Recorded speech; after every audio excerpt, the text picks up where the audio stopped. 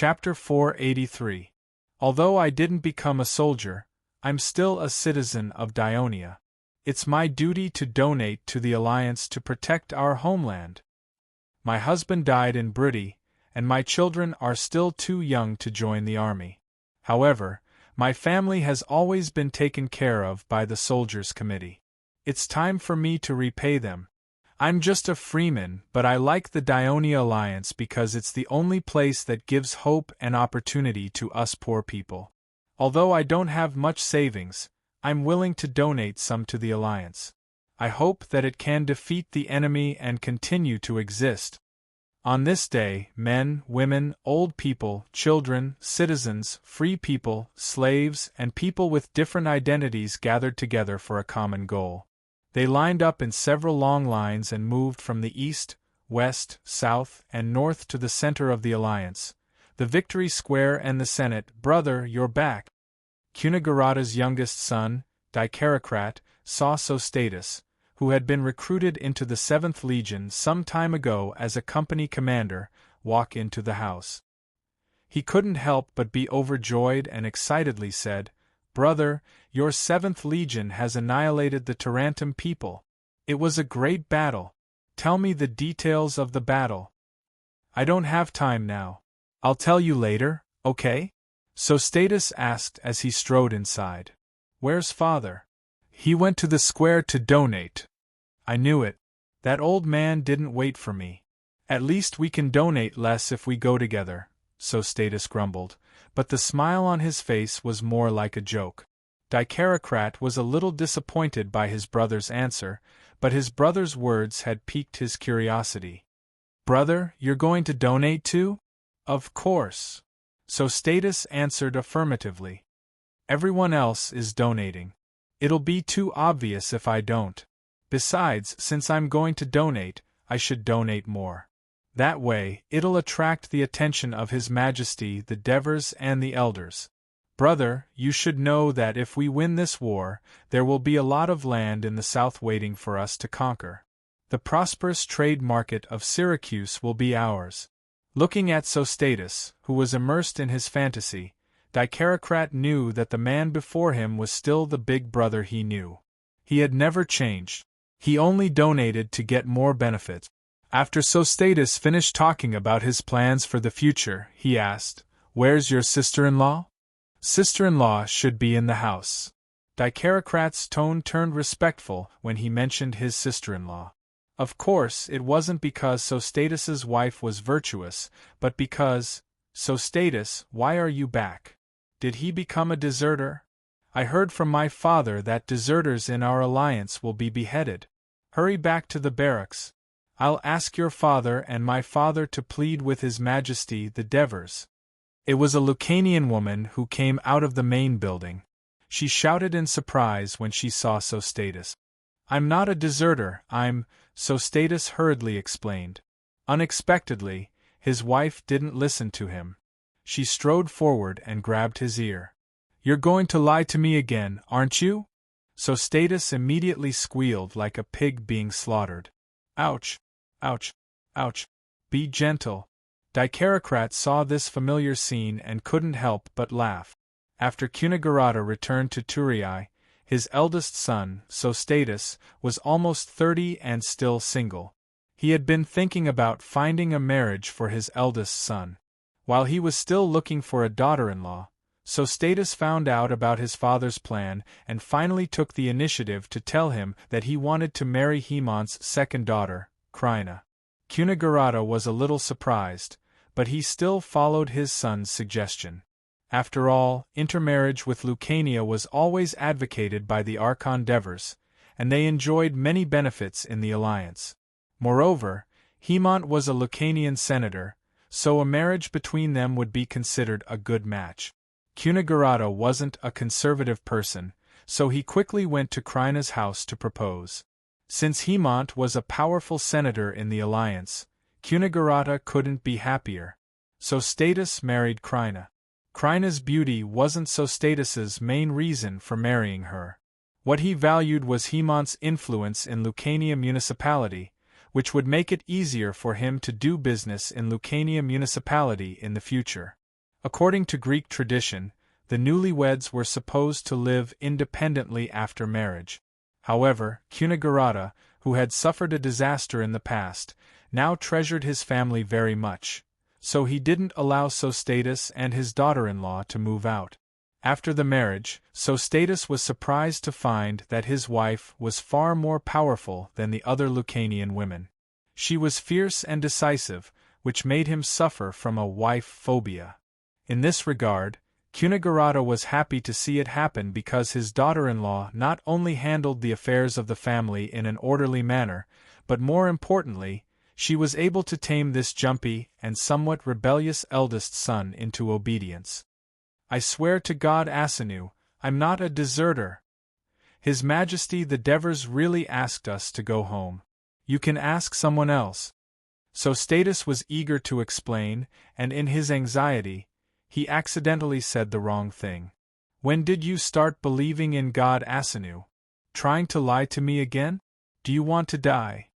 Kryna's fingers tightened again. Ouch! Ouch! Ouch! Seeing the couple's quarrel, Dicacalate was amused.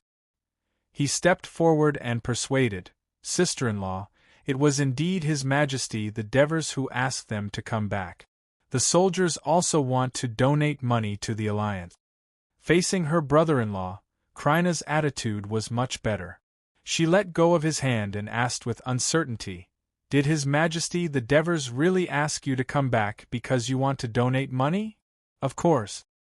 Sostatus rubbed his red ears and complained loudly, How dare you doubt your husband's words? Kryna ignored him and continued to ask, How much are you going to donate? Although Sostatus wanted to donate more, he knew that his wife was more straightforward. While he was hesitating, Kryna had already made the decision for him. Then donate all the money you have in Cristonia's bank. Hearing this, Sostatus jumped up and forgot his fear of his wife. He immediately scolded, You wastrel! My money is almost 6 tallion. Do you think it's easy for me to earn money? How can you donate it all so easily? What did you say? Kryna raised her eyebrows and stretched out her hand. Immediately, screams sounded in the house again. Melisande, the commander of the 2nd Legion, was on his way to his home. His home was not in Turii because he no longer lived with his mother and Felicius. He was married and independent. There was a complicated story about this marriage. When Arsines died in the Battle of Bruttii, his will, which was stored in the Temple of Hades, was taken out. Since the establishment of the Temple of Hades, Plesinas, under the suggestion of the Devers, had the temple open up this function. With the people's trust in the god of the underworld, the contents of the will would not be leaked. Since Dionia was mainly an alliance of immigrants, there were few old people. Up to now, most of the wills stored in the Temple of Hades were from soldiers before they went to war. They did not know when they would die in battle, so they would write their wills before they went to war and store them in the temple. The original function of the Legion's supply camp was transferred to the temple. Since Arsines had no relatives in his will, he gave half of his inheritance to his newly married wife in Lucania and allowed her to divorce and remarry. He also gave the other half to his good friend, Melisande, in the hope that he could take care of his wife before she remarried. When Melisande received the will, he burst into tears. But what Arsines did not know before his death was that before he went to war, his wife was pregnant. Out of memory of his good friend, and to fulfill his last wish, the 18-year-old Melisande decided to take care of his wife, Hepna, and let her give birth to Arsines' child smoothly. During frequent contact, Melisande and Hepna, who was about the same age as him, fell in love with each other and eventually got married. After marriage, Melisande lived in the house in a Mendeler given to him by Arsines. Melisande and his comrades in arms of the 2nd Legion, who also lived in Amendolara, walked north, talking and laughing. After crossing the Cisno River, the scene that greeted his eyes shocked them. Burned villages, deforested forests, destroyed farmlands, and blocked canals. The ruins of the Tarentum soldiers could be seen everywhere. The soldiers cursed the Tarantum people, and even regretted that they had been too lenient in the battle yesterday. They should have killed them one by one to relieve the hatred in their hearts. Fortunately, the city of Amendalar was not damaged by any war.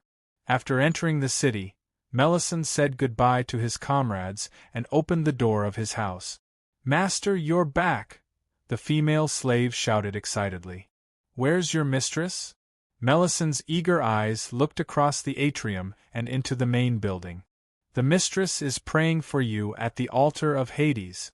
After you went to war, the mistress has been praying every day these days," the female slave said respectfully. Hepna was particularly concerned because her ex-husband, Arsenes, died on the battlefield. When Melisande went to war, she specially opened a room in the courtyard as the altar of Hades and prayed for her husband's safety every day. Chapter 484. Melisande was not surprised. He knew that his mother preferred to live in the small city of Amendalar. She only chose to live in the noisy city of Turris to take care of Felicius. After Felicius left for the war, she felt lonely and naturally chose to come to Amendola to live with her daughter-in-law and grandson. Melisande walked along the corridor. "Brother! Brother!" A little girl was running towards him. "Little Doris!" Melisande stepped forward and picked up Doris, the 3-year-old daughter of his mother and Felicius. "Brother! Brother!" Another child ran towards him, wobbly and wobbly. "Be careful, my baby." Melisande hurriedly hugged him with his other hand and corrected him. "I'm not your brother. I'm your father. Call me Daddy, okay? Call me Daddy." The boy was Arsenes Jr., the son of Arsenes and Hepna. Melisande had taken good care of Hepna when she was pregnant, so he regarded Arsenes Jr. as his own. Interestingly, the daughter of his stepfather and mother was much younger than Melisande, but she was about the same age as his 2-year-old stepson, Arsenes Jr., so they were more like siblings. Arsenes Jr. also loved to play with his little aunt. "No, just call him brother. Just call him Big Brother." The mischievous Doris egged him on. Arsenes Jr. looked at Doris, then at Melisande, and called out again, "Brother! Brother!" Melisande was angry and amused at the same time. He patted Doris's butt twice and pretended to be fierce. "If you teach Arsenes Jr. any more nonsense, I'll beat you up." Doris immediately burst into tears. "Melisande, how old are you? You still don't know how to give in to your sister." A female voice came from the front. It did not sound like a reproach, but more like a comfort. "Mother!" Melisande stood up and said affectionately. He then turned to the young and graceful figure next to Delia and said softly, "I'm back, Hepna." Hepna stared at her husband, who had long lost his childishness. She looked at him carefully. After confirming that there were no scars on his body, she stopped worrying and smiled at Melisande. "Devers, didn't His Majesty order you to go home and reunite only after defeating the enemy? Why are you back now?" Delia asked in surprise. The reason why she called the Devers so smoothly was because it was them, the loyal followers of Hades, who had pushed the Devers onto the throne. "Because His Majesty allowed us to go home to donate and return to the barracks tomorrow," Melisande replied. "Ah, we'll go back tomorrow," Hepna blurted out. She didn't expect that their time together would be so short. "When the war is over and peace is restored, you can let Melisande stay at home for as long as you want. But for now, they must chase away the enemies who destroyed our land." Delia lectured her daughter-in-law. She had seen her homeland being ravaged by the Tarantum with her own eyes, so she didn't want such a thing to happen again. "You're right, Mother," Hepna replied respectfully. Melisande gently pushed away his son's little hand that was scratching his face and said, "His Majesty will soon lead us to the south to repel the Syracuse people. The biggest problem now is the lack of food supply." "I heard that your father's situation isn't too good." Delia was very worried. Not only did she hear that the soldiers at the front lines were short of food, but she could also hear some people criticizing her husband even though she was in the hinterlands of Dionia, such as his poor commanding ability. It was not hard to imagine how much pressure Felicius was under at the front lines. I've already prepared the money and food for donation with Hepna. You came back just in time. We'll send it to the Victory Square later. That's great, Melisande said happily. It saved him a lot of effort. Melisande, my son, when you go to the south, you have to help your father. Delia warned again. What can I help him with? Father is the commander of the south, and I'm just a squad leader. Melisande thought to himself, but he still promised. Hepna took little Arsenis from his arms, and Delia held Doris in her arms as the family entered the main building. What did you say? His Majesty can't go home yet? Asuna asked anxiously. But I heard that the soldiers in the barracks have already gone home. Aristyra said calmly. His Majesty still has something important to do, so he'll be back later. That's why he asked me to inform Madam first. I understand. We'll wait for him to come back, Kristoya replied with a smile. Aristyra said goodbye and left. Sister, will the Devers not come back today? Disappointment and worry intertwined on Agnes' pretty face, making her look pitiful. Although she was already 24 years old, she had always been doted on by her father before she got married. After marrying to Turii, she was doted on by the Devers. She was usually either at home or in the temple, and had never suffered any major disturbances or setbacks. This was the first time she was pregnant, so it was inevitable that she felt uneasy. She urgently needed someone to accompany and comfort her. In this era, the rate of dystocia was still very high, even in the relatively advanced medical Dionia, but the Devers had been away for more than a month. When she finally heard that he was coming back, he said he would delay it in the blink of an eye. Although Kristoya was also a little depressed, as the mistress of the house, she still cheered up and tried her best to comfort her. Sister, don't worry. You know our husband. If he says he'll come back today, he'll definitely come back today. You don't worry, go to the bedroom and sleep for a while. Otherwise, you'll be sleepy when he comes back. All right. Sister, don't forget to wake me up later, Agnes said softly as she walked into the main building with the help of a slave girl. Kristoya sighed lightly, feeling bitter for a moment. Agnes has me to comfort, but who will comfort me? At this moment, the Devers were carefully examining a weapon placed on the table in the main tent. It was a spear, its shape and style no different from the bayonets used by heavy infantry, the only difference being the length and diameter of the spear shaft. It was a full 4 meters long, 2 meters longer than the usual spears used by soldiers, and the diameter of the spear shaft was also thicker. As soon as the Devers picked it up, the arms merchant Theos hurriedly shouted, "Your Majesty, watch out above you!" The Devers' height and the length of the spear almost pierced through the high roof. He had to raise it diagonally, shake it a few times, and make a few sudden thrusts. Then he asked with satisfaction, "This spear is well made. Is every spear like this?" Theos said frankly, "Your Majesty, you asked me to make 6,000 of these spears in such a short time. Of course, I can't make every spear as smooth as the one in your hand, but I can assure you that when used, they will have no problem killing the enemy. In terms of quality, this batch of spears is sturdier and more durable. Because of your Majesty's approval, we cut down the cedar trees in the Amandalra Mountains and used the wood used to make warships to find the spears. Only then can we ensure that such a long spear shaft won't shake too much and won't break easily when piercing with the iron spearhead." The Devers nodded. "Are they all finished?" "We only found 1,400 spears. Because Lord Capus urgently needed them, we had to send them here first." The Devers frowned and said, "We have to hurry. I'm afraid we won't be able to stay in Turii for long before we have to go to the battlefield again. So we have to make all these spears as soon as possible and distribute them to every soldier. We also have to give them time to train. Time is tight." Your Majesty, we've done our best. It's just that we have to cut down trees, carry them, cut them, and plane the wood. Theos began to complain. The Devers interrupted him.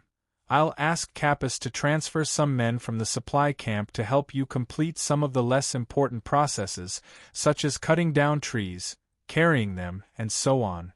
Your men will finish the spearhead and the spear shaft. Will that work? If that's the case. Theos calculated carefully, then said loudly, I should be able to guarantee that in 3 days, no, the day after tomorrow, all the spears will be sent to you. Then I'll have to trouble you. As for the cost of this batch of weapons, the treasury is tight now, so I can only calculate it for you after the war is over.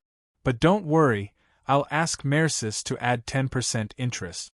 As soon as the Devers finished speaking, Theos hurriedly said, Your Majesty, I'm willing to donate all these spears to the Alliance. I've also donated 3 talent to the Alliance. I've also asked my family to bring them to the Victory Square. Your Majesty, you've set an example for us. As a citizen of the Alliance, although I can't go to the battlefield, I'm willing to contribute my strength to the Alliance's victory in this war. Good. Well said. The Devers praised loudly. Of course, your contributions will be recorded.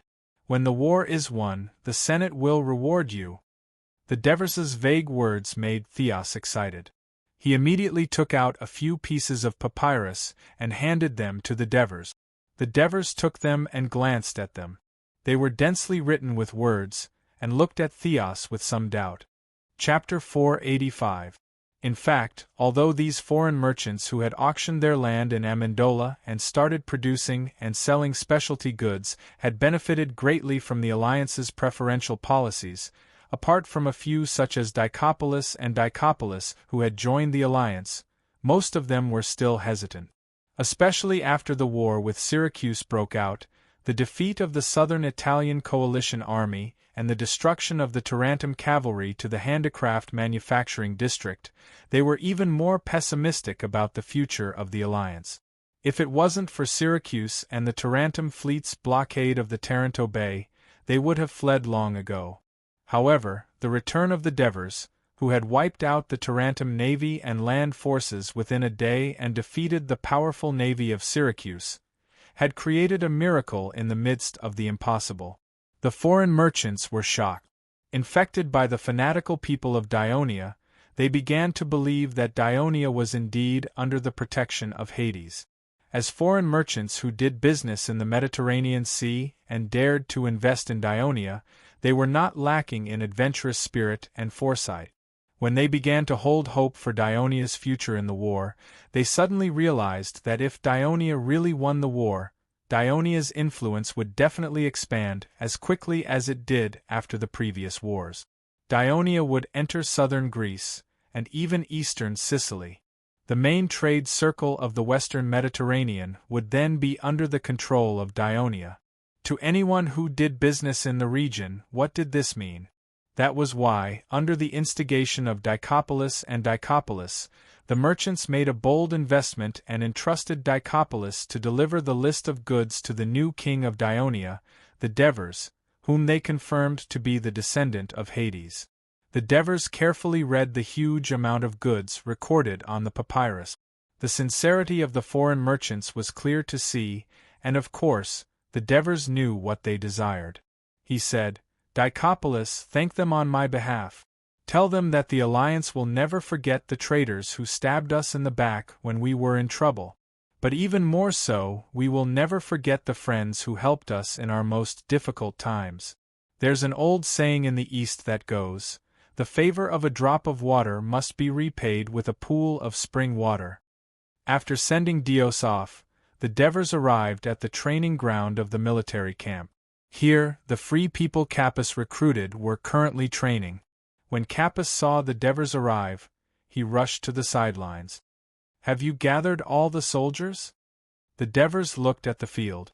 The training field that could hold over 30,000 people was occupied by the Free People's troops, but it still seemed extremely spacious. Only 2,570. Capys explained, As for the others, they have to go to the Victory Square to donate, so they can only rush over tomorrow morning." The Devers expressed their understanding. Then, they looked at the rather orderly formation on the field and asked, "Are they all free citizens who have received more than a year of military training?" "Your Majesty, there aren't that many free citizens at the port who have received our training. I've transferred the personnel from the supply team, and only managed to gather 6,000 people," Kappas said truthfully. "Then, will there be any problems with the transportation of the goods?" the Devers asked again. "I've retained the managers and officers of the supply team, and recruited free citizens from the port to make up for the numbers. Now that Syracuse's naval superiority has been broken, there shouldn't be any more enemies landing at our rear and attacking our supply team. Completing the transportation task shouldn't be a problem," Kappas explained. "Sigh, we're robbing Peter to pay Paul." The Devers sighed. This war had shown him that Dionia still had a shortage of resources, and he didn't have a better solution in the short term. Distribute the spears. Let them practice their formation first. I'll take a look. Topyrus used to be a slave in Kristoya's restaurant. After more than 4 years, he had freed himself from slavery and became a free citizen. He was also one of the people in charge of the restaurant in the city of Turin. When Kappas went to the supply team to recruit personnel, he volunteered to participate. This was because it would take too long to become a citizen of the Alliance through normal means. Only by participating in battle could he shorten the time limit. Therefore, Topyrus believed that this was a rare opportunity. Even though it was life-threatening, it was worth the risk. This was because the king of the Devers had returned, and this army was formed at his request. Many free citizens joined the army with this thought in mind. Because of Topyrus' high military quality, he had participated in military training for a year and a half, and because he could count and read skills he had learned in a restaurant, he was appointed as a squad leader. However, he was now standing at the left front of a squad. This was the position of a squad leader. Because the veterans who were supposed to be transferred from the various corps to serve as the officers of this new squad had been dismissed and would only return tomorrow, they were temporarily replaced by the new recruit. At this time, the city's slaves were carrying bundles of pikes and distributing them to each free citizen. "This is the weapon we're going to use?" Topyrus looked at the pike in his hand in amazement. It was much longer than the bayonet he usually used in training. The free citizens were a little excited after receiving their own weapons. Some even waved them, but the free citizens who were not proficient in using this kind of pike either had their spearheads connected with other pikes or the butt end of their pikes touched the teammates next to them. For a moment the formation was in chaos and there was a lot of noise. Hurried bugles immediately sounded in the training field. The free citizens hurriedly got into position. Even though spears were still colliding with each other, there were very few who made any noise. They, who had experienced military training for a long period of time, knew that if they didn't obey orders, the officers would drag the violator out and beat him in public. That would be too damaging to their dignity. "All of you, pay attention," a few drill instructors shouted at the front of the formation. "When standing, hold the pike like this." Topyrus followed the drill instructor's posture and stuck the pike to his left side. The butt end of the pike touched the ground, and his left arm extended downwards to hold the pike shaft. His right hand crossed his left shoulder to support the pike. The soldiers did the same, and the pikes no longer collided with each other.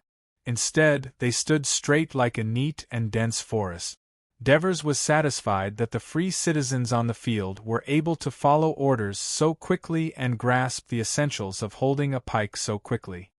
"Looks like their military training for more than a year was not in vain," he said, gratified. At this moment, the long bugles sounded again, and the flag-bearers of each division immediately pointed their black flags forward.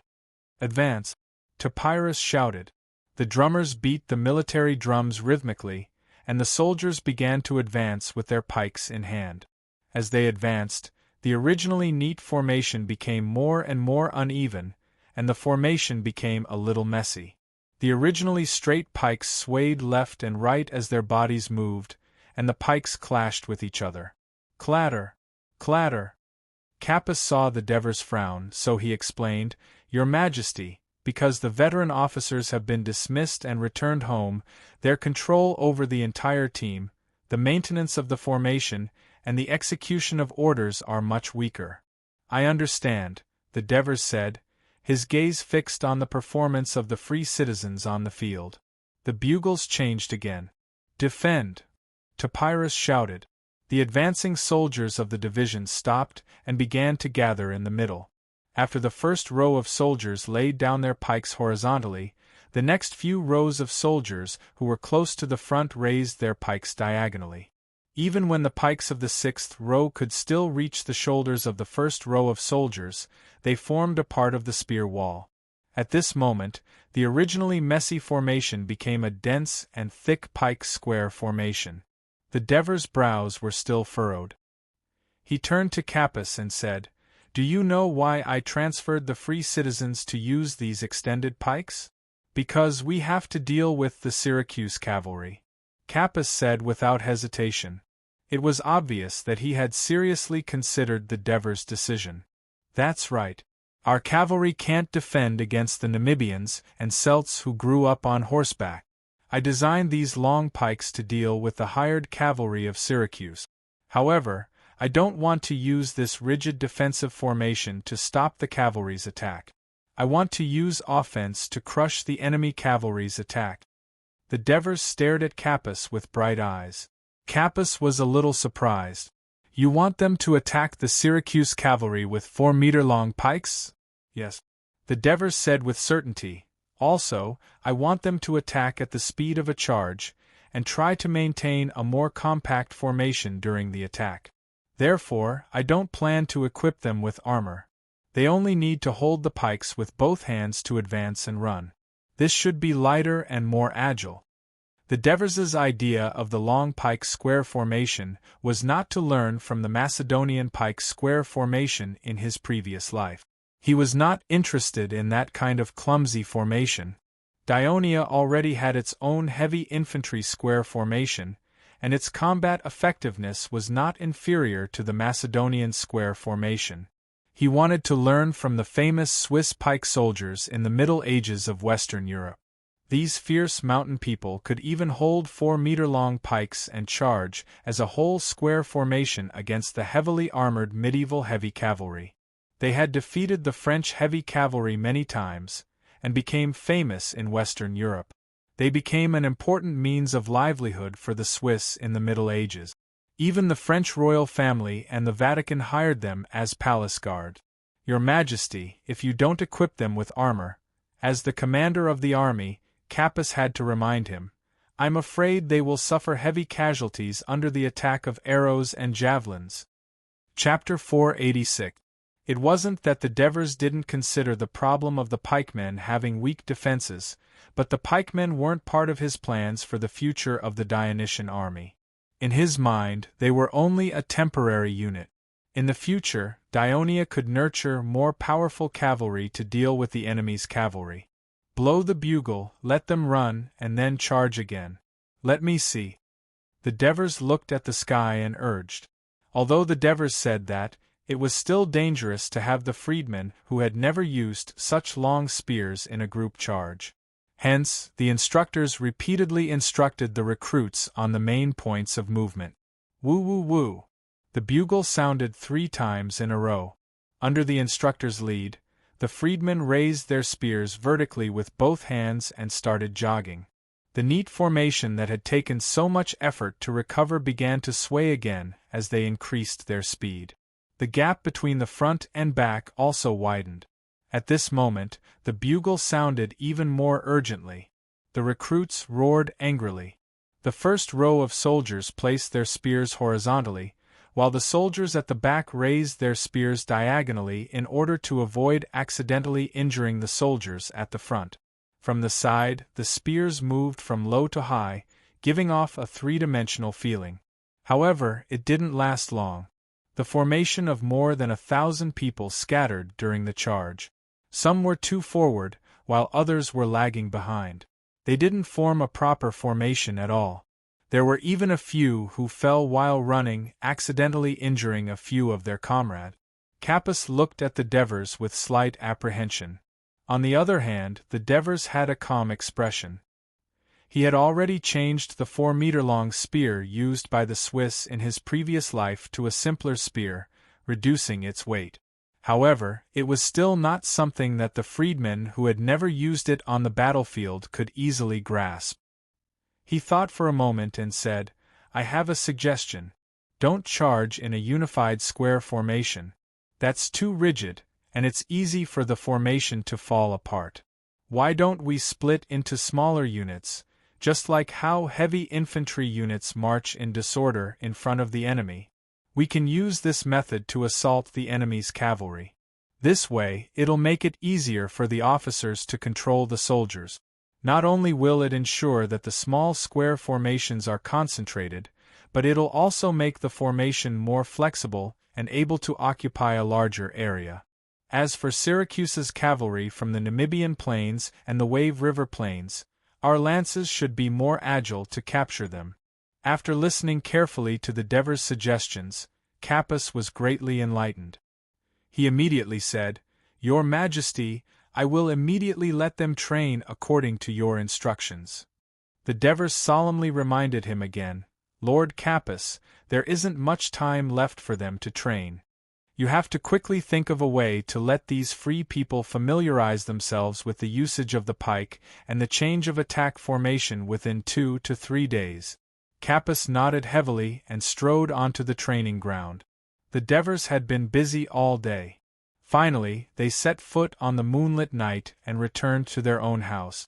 As soon as he pushed open the door, he heard cheers. "Master!" "No, Your Majesty!" "Your Majesty, you're back! Congratulations on becoming the King of Dionia!" "Your Majesty, congratulations on defeating the Syracuse navy and annihilating the Tarentum." As the Devers became the King of Dionia, the slaves in his house felt that their status had risen and they were proud of it. The Devers nodded to them one by one and finally came to the slave manager, Ribazat. "You've worked hard at home." "Your Majesty, it's my duty," Ribazat said respectfully. "Madam and the young masters are waiting for you in the inner courtyard." "It's so late and they're still awake." The Devers was a little surprised, but he was more touched. He then said to Ribazat sternly, "Let them all rest. Blow out the candles in the corridor and put them away. Is this the time to celebrate? How can they be so wasteful? Aren't they afraid of what the people will say?" Although the Devers' words were tactful, Ribazat heard the rebuke in his words. He quickly bowed his head and apologized.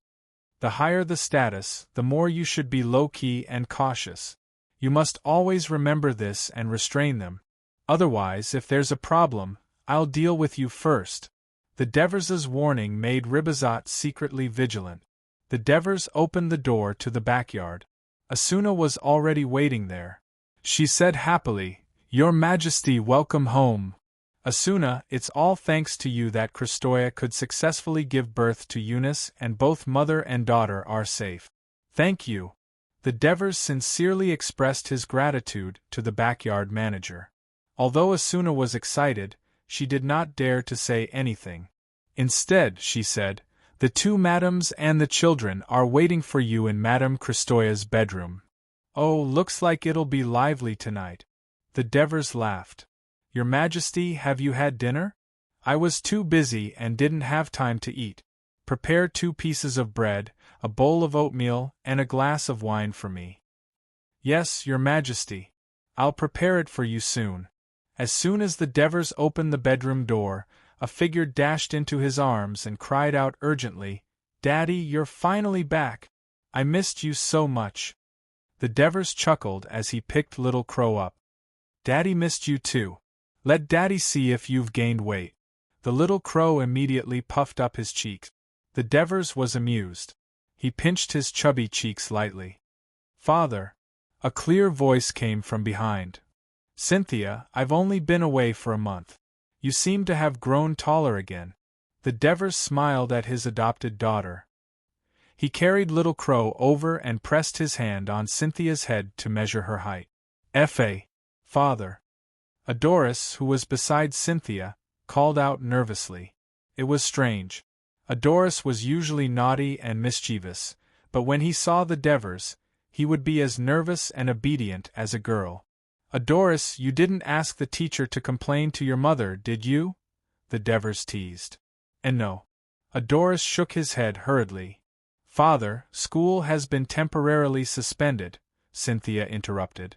Suspended? The Devers was slightly surprised. He thought about it and realized that it was normal. Then stay at home during this time. Cynthia, you're the elder sister. You have to take care of your two younger brothers and lessen the burden on your two mothers. Yes. Cynthia nodded seriously. Cynthia is very sensible. She's been very busy and has helped me and Agnes with many things. But some people don't even want to go home to visit after being away for so long. The Devers looked up. Crystal was sitting on the wooden bed and looking at him angrily. Agnes was lying on her side on the bed, her face full of hidden bitterness. The Devers had just spoken when he realized that this wasn't the time to reflect. He immediately said softly, "Aren't I back now?" Crystal snorted. "It would have been better if you didn't come back. The moment you came back, you gave away half of the money we worked so hard to earn." Agnes secretly patted Crystal's shoulder. With her traditional personality, she had waited so long for her husband to return. She didn't want to ruin this warm atmosphere or even cause a quarrel. There was no need for the Devers to explain. Little Crow said loudly, "Mother, don't blame Daddy. It's still my baby who thinks of me." The Devers happily kissed Little Crow's pink cheeks. "Let's go see your little sister with Daddy." Eunice was lying next to Crystal. She was already awake, but she wasn't crying. When the Devers approached her daughter, Crystal hurriedly reminded him, "Be careful, don't scare her." "Don't worry, I'm Herp's teacher. A doctor knows how to raise a child. I'm a chosen. There's nothing I don't know, including your body." The Devers moved closer to her ear and whispered the last word. Crystal immediately blushed and reached out to hit him lightly. The previous ill feelings disappeared without a trace. The Devers gently picked up Eunice. The little person was also looking at him curiously with her big and bright blue eyes. "Hey, baby, I'm your daddy," the Devers said gently. "Ah!" Eunice cried out, her little hands pulling at the Devers' face. The Devers let her hands do as she pleased. He turned to Crystal and said with a smile, "Eunice's hands are quite strong." At that moment, Crystal looked at the father and daughter gently and nodded lightly. "Daddy, I'm stronger than my sister," Crow said unhappily. "You're the older brother. Of course you're stronger." The Devers smiled. "Little Crow, look at your sister. Isn't she pretty?" The little Crow at that moment didn't know what beauty was. He just followed his father and nodded. "Yes, she is." To tell the truth, the redness from when she was born had already faded. Her wrinkled skin had also been enriched by sufficient milk. Eunice had a plump forehead, bright eyes, a small nose that stuck out, rosy lips, and tender skin. She was indeed a beautiful baby. The Devers turned to the children and said, "Don't you think little Eunice looks like Daddy?" Cynthia shook her head. "No." Hearing his sister's words, Adoris also said softly, "Doesn't look like him. Little sister looks like Mommy." Little Crow was the most direct. The Devers laughed. "Fortunately, she doesn't look like me. She looks like Crystal. Little Eunice will be a great beauty in the future." Crystal rolled her eyes and reached out. "Give the child to me. It's your first time seeing her. She'll cry if you hold her for too long." Chapter 487. Cynthia and Adoris nodded repeatedly.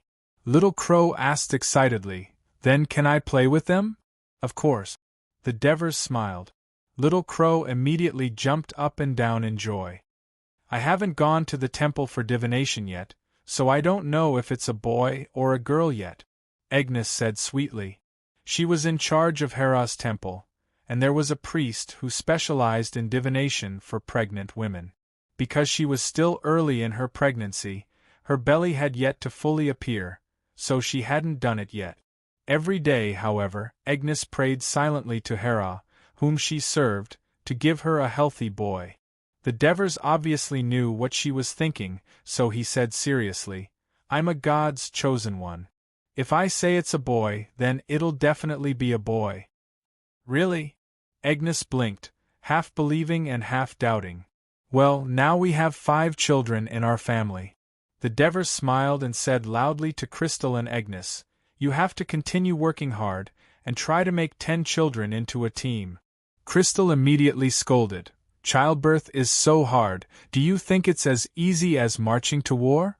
The Devers laughed heartily, and the room was filled with laughter and chatter. It was late at night, and the children had all gone to sleep. Asuna had also carried Eunice to the outer room, and the 3 people in the bedroom were all sleepy. Agnes finally couldn't help but look at the Devers and said faintly, I'm going back to sleep.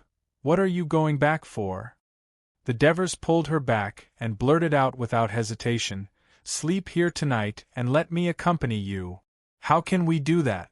Although Agnes was tempted, she looked at Crystal with difficulty. "Sister, just stay," Crystal said seriously. "The Devers are going back to camp tomorrow, and we don't know when he'll be back. Tonight, we sisters will accompany him and have a good chat." Indeed, they could only talk. Kristoya had just given birth, and was unable to make love to her Devers, while Agnes was still in the early stages of her pregnancy. Devers blew out the candles and lay between Kristoya and Agnes. Their intoxicating fragrance lingered on the tip of his nose and their slender fingers in his hands. He suddenly felt a kind of happiness in his heart that he would rather be with them for a long time than to wake up in the morning. "When will this war end?" Agnes asked softly as she snuggled up to her husband. "I'm afraid it'll take a few more months." "Few," Devers replied. Agnes's hair stuck to the side of his face, tickling him. Unfortunately, his hands were held by his 2 wives, and he couldn't pull them out. He could only try to blow them away. "So long." Agnes's soft voice was filled with disappointment. "Don't worry, before you give birth. I will definitely end the war and return to Turii to accompany you." Devers comforted her. "Really?" Agnes was pleasantly surprised. "Really?" Devers said in a low voice. "Sister, look at how good he is to you. When I was pregnant with Little Crow and Eunice, he never said anything like this." Accompanied by Kristoya's dissatisfied voice, Devers felt a sharp pain in his left hand. He resisted the urge to cry out. "Then I'll wait for you to come back. You have to be careful on the battlefield." Agnes laughed softly and kissed him affectionately on the side of his face. Not long after, light snores sounded in Devers's ears. Agnes actually fell asleep. This is the advantage of being pregnant. You can sleep whenever you want, unlike me. Because of Eunice. Ugh. Kristoya had just sighed when Devers turned around and kissed her rosy lip. This long kiss almost made her gasp for breath. "Agnes is still in bed," Kristoya hurriedly sucked in a breath. Just as she spoke shyly, Devers kissed her again. During this period of time, because of the pregnancy of his 2 wives and the intense war that followed, Devers, who had been abstinent for a long time, couldn't hold it in any longer. Hot kisses after hot kisses melted Kristoya's reservations, but she still retained a trace of hesitation. "Darling, I still have a little down there, I understand."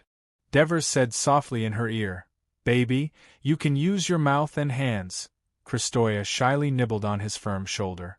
Devers untied her clothes, bent down, and gently sucked on the forbidden area where his daughter usually suckled. Soon, a suppressed and seductive moan came out of the bedroom. With the support of the governor of Persia, Pharnabazus, General Khanon of Athens took another move that shocked the Sparta people after the victory at the Battle of Knidos.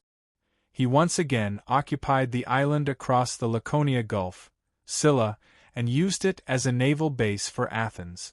This way, not only could they control the passage of the Sparta Alliance's fleet in and out of the eastern Mediterranean, but they could also monitor the movements in the Laconia Gulf. What worried Sparta the most was that they were afraid that Athens would do what they did during the Peloponnesus War, incite the Herods in Sparta to flee to Scylla, causing instability in Sparta's rear. Now, even the Sparta ships that entered and left the Laconia Gulf became extremely cautious, for fear of bumping into the Athens fleet. When Chryssips's passenger ship departed from the only good port in Sparta, Gophion at the mouth of the Olotas River, he saw the nervous expressions of the captain and the sailors. He could not help but look at the faint, gray outline of the land in the distance in the northeast. It was the island of Scylla, which was occupied by Athens. Chrysippus was suddenly filled with concern for Sparta. At sea, Athens had the upper hand. The Sparta alliance did not even dare to garrison the Laconia Gulf and retreated to the west of the Peloponnesus Peninsula. On land, due to the tenacious defense of the Sparta alliance at the Isthmus of Corinth, the Sparta army could not advance an inch. This forced the Council of Elders to decide to change the commander again, allowing Agesilaus, who was recuperating from his illness, to go into battle again. Chrysippus was cautiously optimistic about this change of personnel. He did not deny that he was more optimistic about the weak and sickly king of Sparta's commanding ability. Agesilaus' achievements in the past few years in Asia Minor had earned him a great reputation.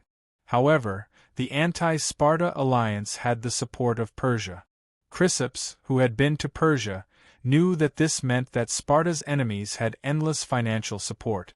Even if they failed again and again, they could still recruit another huge army at any time. On the other hand, the population of Sparta was limited. Chrysippus's trip to Thurii this time was of great significance. He wanted to stop the war between Dionia and Syracuse as soon as possible so that Syracuse, the hegemon of the western Mediterranean, could free up its hands to help Sparta. With the support of Syracuse's powerful navy and huge army, Sparta had even more confidence in ending the war. But would Dionia agree to it? The image of a 19-year-old young man emerged in Chrysippus's mind. It was the first time he saw the Devers. Since they parted ways in Asia Minor, 5 or 6 years had passed. He had never seen the young man again. He only heard about him from rumors. Every time he heard the news, Chrysippus was surprised. The young man was now the ruler of a powerful force in the western Mediterranean, and he dared to compete with Syracuse, the hegemon of the western Mediterranean. Things were different now. How could he convince him? Chrysippus did not have full confidence, so he could only try his best. The other envoy gave him a bigger headache, Dionysius. All the Sparta people who had contact with the tyrant of Syracuse said that he was greedy, domineering, and vengeful. Now he had to end the war that he had the upper hand in. If there were no benefits that satisfied him, how could he agree to it? Chrysippus let out a heavy sigh and temporarily put these headache-inducing problems aside. He asked aloud, "How long will it take us to reach Thurii?" "About 2 days," replied the captain. Arabuma's usurpation of Laos went very smoothly. Due to his long years of operation, the leaders and officials in the city chose to support him instead of Hinepolis, who was still wet behind the ears and tried to undermine their status and interests as soon as he took office. Moreover, the only troop that was loyal to Hinepolis was taken away by him. Therefore, Arabuma easily took control of the city, except that the price he paid was a scolding from his sister-in-law. After his plan to seize Fort Laos failed, he did not panic. Instead, he decisively withdrew his troops and fortified the city to defend against the Dionysian army's attack. He believed that as long as Laos could hold on for 10 days to half a month, Syracuse's army on the east side of the mountain would be able to make greater progress in their attack on Dionia, and the situation in Dionia would change drastically. When that time came, Laos might even have a chance to expand his territory. While Alabuma was fully immersed in his defense plan, rumors started to spread under the control of some people with ulterior motive. Hinepolis is a good consul. In order to give us commoners more rights, he enacted many laws that were beneficial to us commoners, but the nobles led by Arbutus refused to implement them. Did you know? Our consul once issued a land plan to distribute land to the poor, but Arabuma threatened his nephew and forced him to withdraw the plan. Chapter 488. By the time Arabuma realized that something was wrong with the situation in the city, the rumors had already spread all over the city. There was only one meaning to the rumors.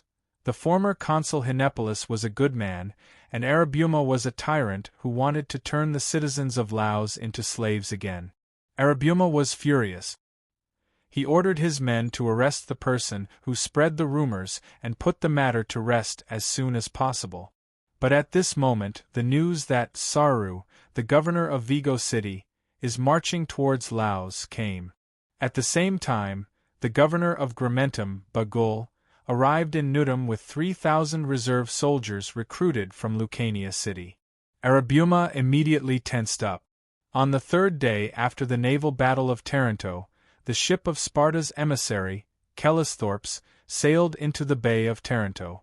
Before he set off, Callisthorpes had carefully studied the situation of the war in Greece.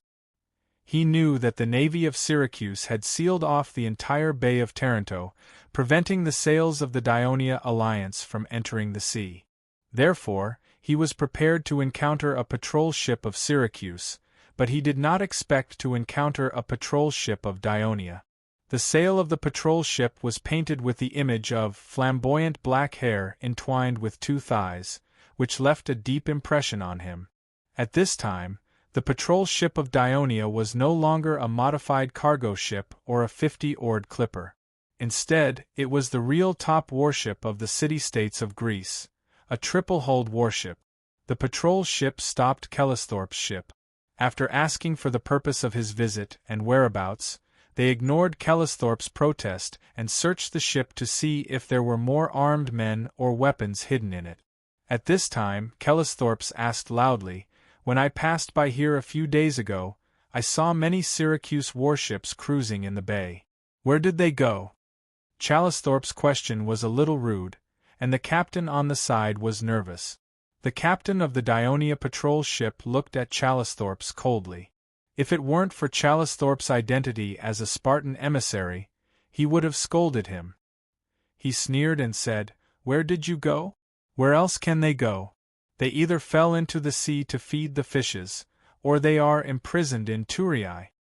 When Callisthorpes heard this, his eyes widened in shock. "You defeated the navy of Syracuse? You don't seem to believe it." The captain stood by the side of the ship and spat into the sea.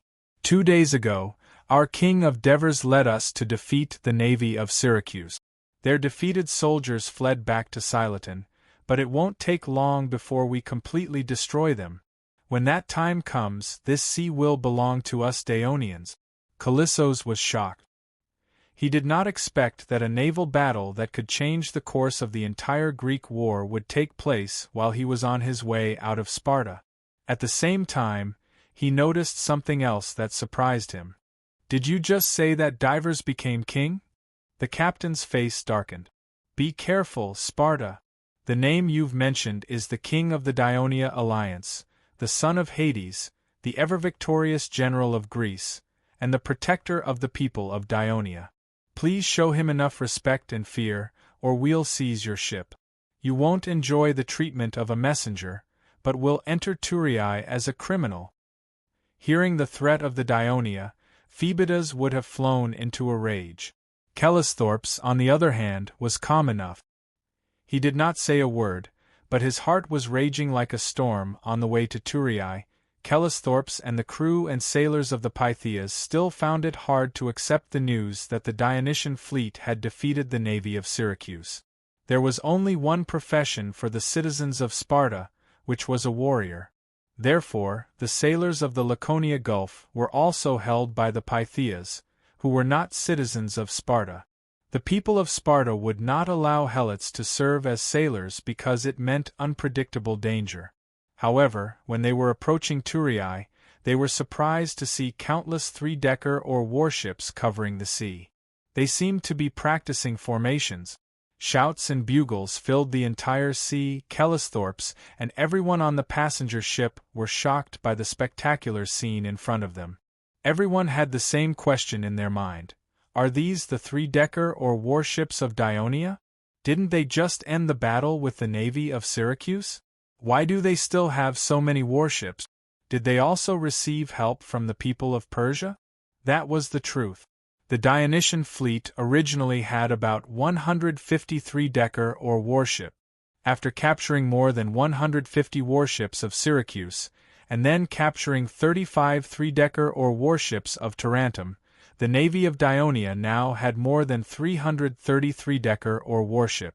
These 2 days, Sicerion had been worried sick.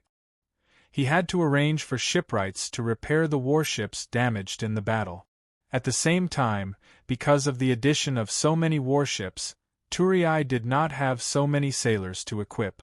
They had ships but no men, and no matter how many ships they had, it would be useless. He racked his brains and finally came up with a way to recruit sailors. At this time, the crisis of Heraclea had been resolved, Metapontum had also been recovered, and Castellan had once again strengthened its confidence in following Dionia. After Sicerion received permission from the Devers, he sent people to the 3 allied nations to recruit sailors. Soon, more than 60 warships could be put to use. However, these newly recruited sailors did not have the experience of sailing three-decker or warship. So, for the past 2 days, Sicerion had been busy training the expanded fleet. As the secret weapon of the Dionysian fleet in the naval battle, the Raven suspension bridge, had been exposed, there was no need for him to hide it anymore. Instead, he let the entire fleet show its face in the bay. So, when Kellisthorpe's and the others saw many warships in the Dionysian fleet with a long wooden board erected on the foremast, they were all curious. It seemed that Dionia had really defeated the Zhang Haijun of Syracuse. With a solemn expression, Kellisthorpe's looked at the Dionic warships that were cleaving through the waves on the surface of the sea, pondering about the impact of this important news on his diplomatic mission to Tulii. After much deliberation, he found that this victory increased the possibility of a truce between Dionia and Syracuse. This made him more spirited. Sparta's passenger ships entered the mouth of the Crati River and were ordered to disembark at the port.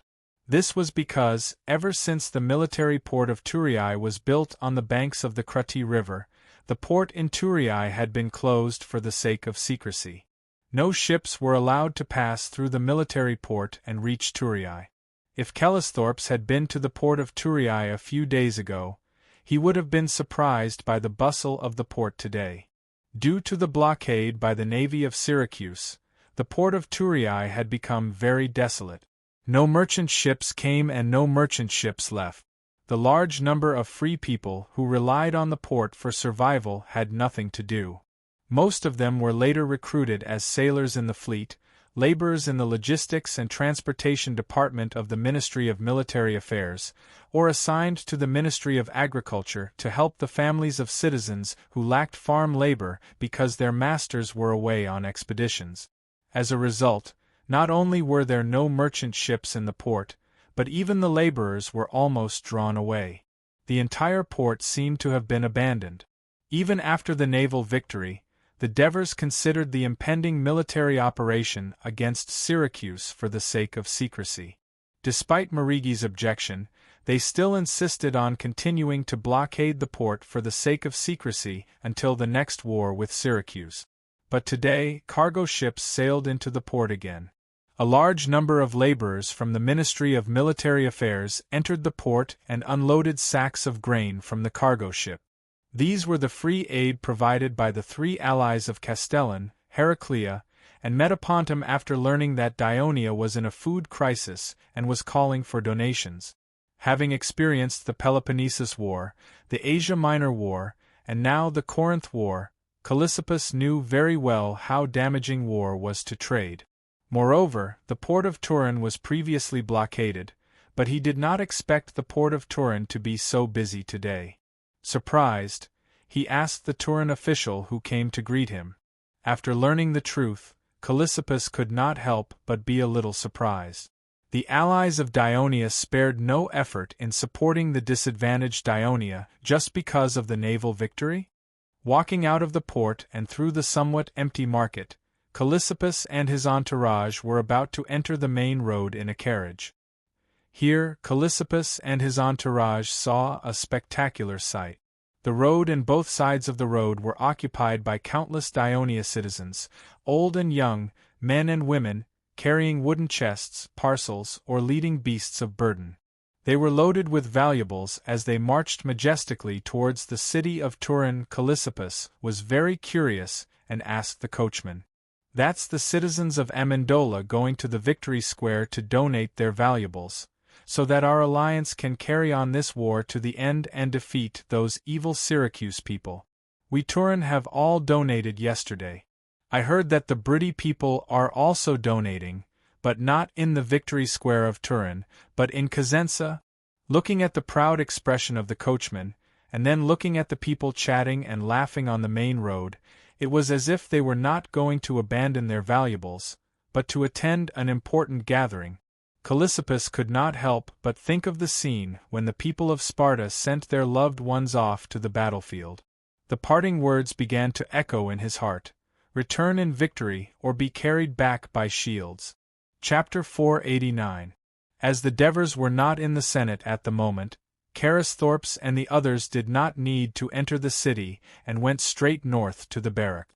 As they passed by the second triumphal arch outside the city, Caristhorpes stood under it and looked up for a while before leaving. The Turii barracks were located on the north bank of the confluence of the Cosini River and the Tyro River.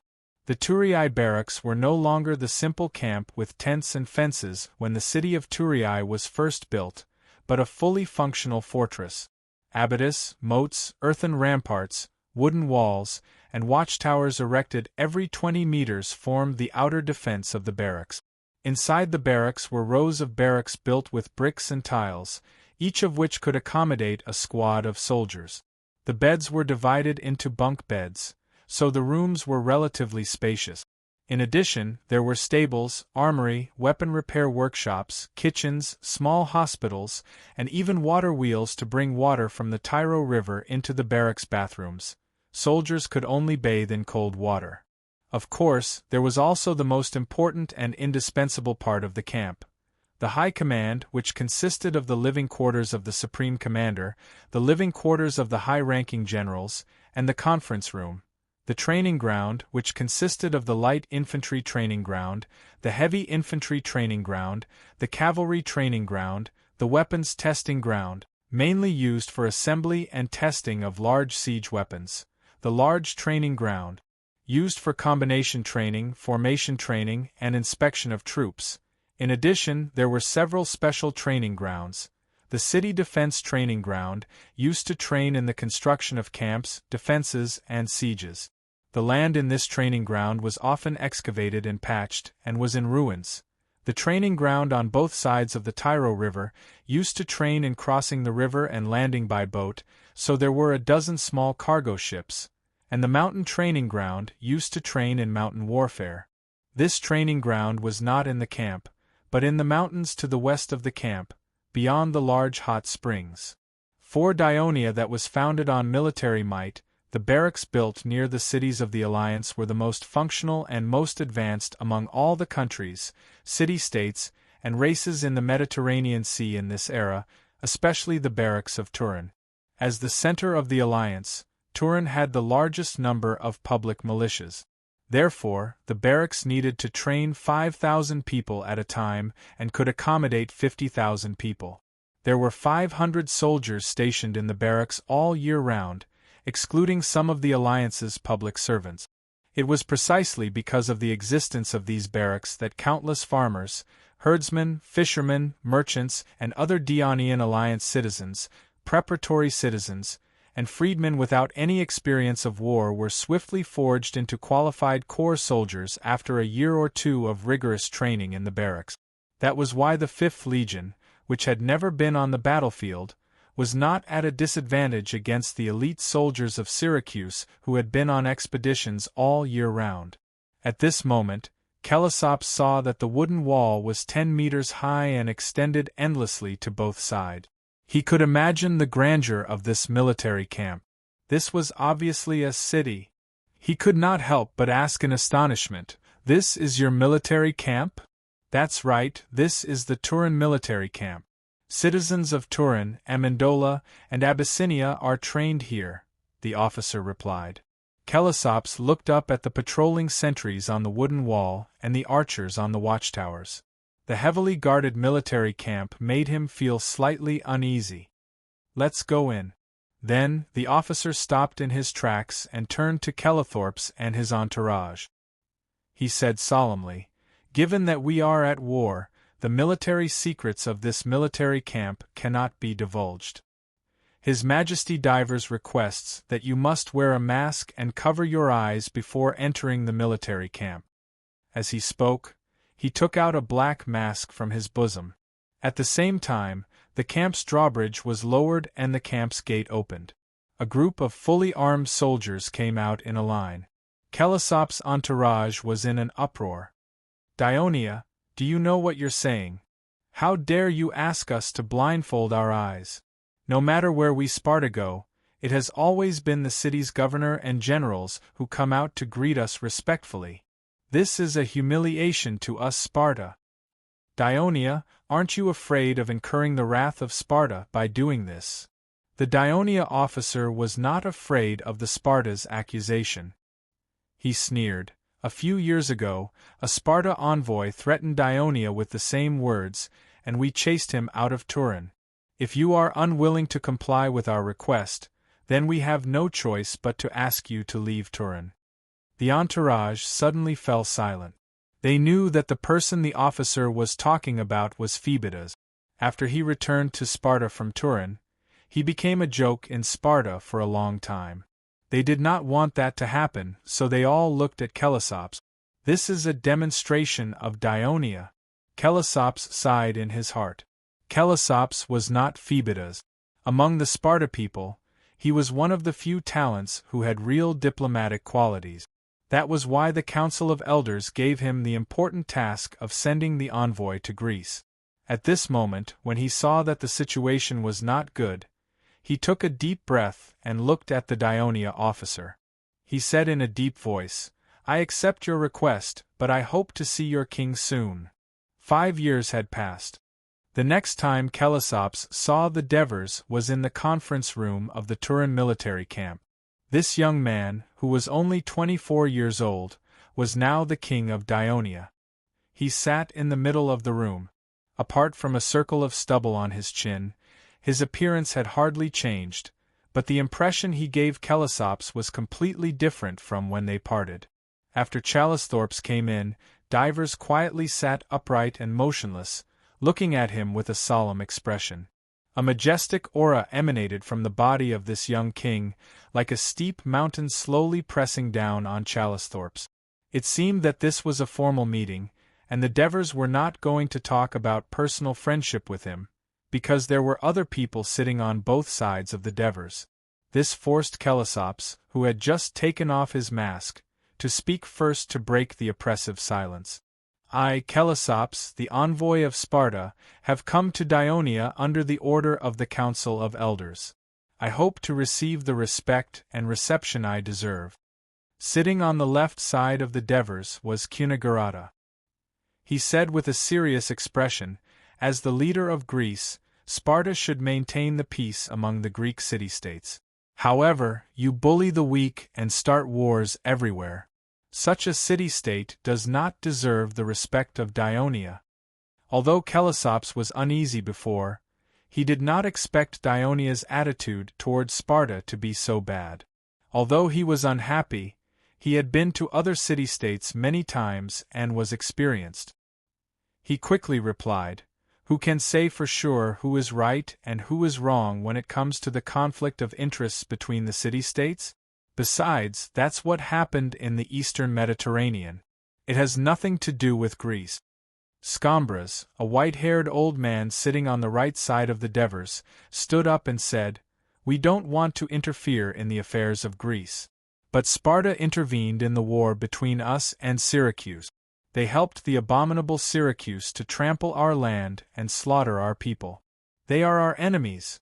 We have no respect for our enemies, only anger." Did they know? Kelesopes looked at the Devers in front of him. The Devers stared at him with a stern expression. Kelesopes calmly explained, "Although Sparta and Syracuse have an alliance, Sparta has never intervened in the affairs of the Western Mediterranean. They have never sent troops into the Western Mediterranean. Sparta is not hostile to Dionia." Phoebidas. The Devers uttered the name that Kelesopes was afraid to hear. His tone was cold and unhurried. "The general of Sparta, the brother of Eudamidas, who was once an envoy to Dionia. But now, he has appeared in the army of Syracuse and commanded the right wing of Syracuse's army during the battle against the Southern Alliance. Don't tell me that this is his own action, or that he has been exiled by Sparta. As far as I know, he was still leading an army to fight in Corinth a few months ago." The Devers' words blocked all possibilities of Kelesopes quibbling. Kelesopes was surprised that Dionia had such detailed information on Phoebidas. At this moment, he had nothing to hesitate or worry about. He simply changed the topic and said, "I'm here for the peace of Greece. Sparta hopes that Dionia and Syracuse can stop the war and sign a peace treaty so that the people of Greece can rebuild their homeland." Did I hear it wrong? Sparta is starting to care about Greece. Kelesopes ignored Scambra's mockery. His eyes were fixed on the Devers. "Dionysius has agreed?" The Devers did not show any surprise and asked. "I came to Thurii first to seek your opinion before going to Cilicia," Kelesopes replied. "What kind of armistice conditions?" Cunegurata interrupted. Kelesopes carefully explained the plan that he had come up with along the way. "Although Dionia has won a naval battle, you must admit that Syracuse has a great advantage in Greece. They have conquered other cities in Greece and are about to enter your territory. On the other hand, Dionia is still unstable internally. So my suggestion is," Kelesopes stared at the Devers and said in a serious tone, "both sides should make a truce at their current position." Chapter 490. What about Syracuse and Trine? Cunegurata asked loudly with an unpleasant expression on his face. "I think Syracuse will let these two city-states regain their independence. After all, Syracuse is in Sicily, not Greece," Challisthorpe said without hesitation. "Independence?" Scambras sneered. "Let Syracuse support a 10-man dictatorship, government like what Sparta did in the Greek city-states of Asia Minor?" Challisthorpe's expression changed slightly. At this moment the Devers spoke. "Do you want to hear our conditions?" "Go ahead." Challisthorpe's was slightly nervous. As long as Syracuse withdraws from Greece, the Devers' words made Challisthorpe's happy. Just as he was about to continue, he heard the Devers say in a more serious tone, "Also, let Messina, Catarni, Naxos, and Tauromenion become independent one by one, and disband the Sicilian alliance. Most importantly, we must banish Dionysius. These are my conditions, and they cannot be changed. If Syracuse agrees, we will agree to a truce." Challisthorpe initially thought that the Devers was joking, but he saw that the Devers looked determined. The others became emotional after hearing the Devers' word. The meeting hall was silent for a while. Challisthorpe looked disappointed. "The Syracuse will never accept the conditions you proposed. It seems that the Dionysians intend to carry on this war that will consume a lot of resources and cause countless casualties. This war was provoked by the Syracuse. Dionysius led his army to invade Greece, occupied the land of Dionia, and slaughtered the people of Greece. He's like a wolf that invaded our homeland. It's not easy to leave safely after eating and drinking." The Devers stood up abruptly and said firmly, "I've made a promise to the people: kill all the people of Syracuse who invaded Greece. For this reason, all the citizens of Dionia are determined to fight to the death with the people of Syracuse. The Hades above bless us to annihilate Syracuse's invading army and restore our alliance. We still have to fight our way to Sicily and save those Greek city-states that have been oppressed by Syracuse. We will completely pull out the fangs of this evil wolf, so that it will never be able to oppress any Greek city-state again. What the Devers said not only shocked Charlesthorpe's, but also surprised the elders present. It was the first time they had heard the Devers talk about their future plans for the war. Devers. Kellisthorpe's panicked and reminded him by name. I can understand your eagerness for revenge, but Syracuse is not a wolf, it's a ferocious lion. If you miss this opportunity for peace, I'm afraid that you won't be able to kill this lion.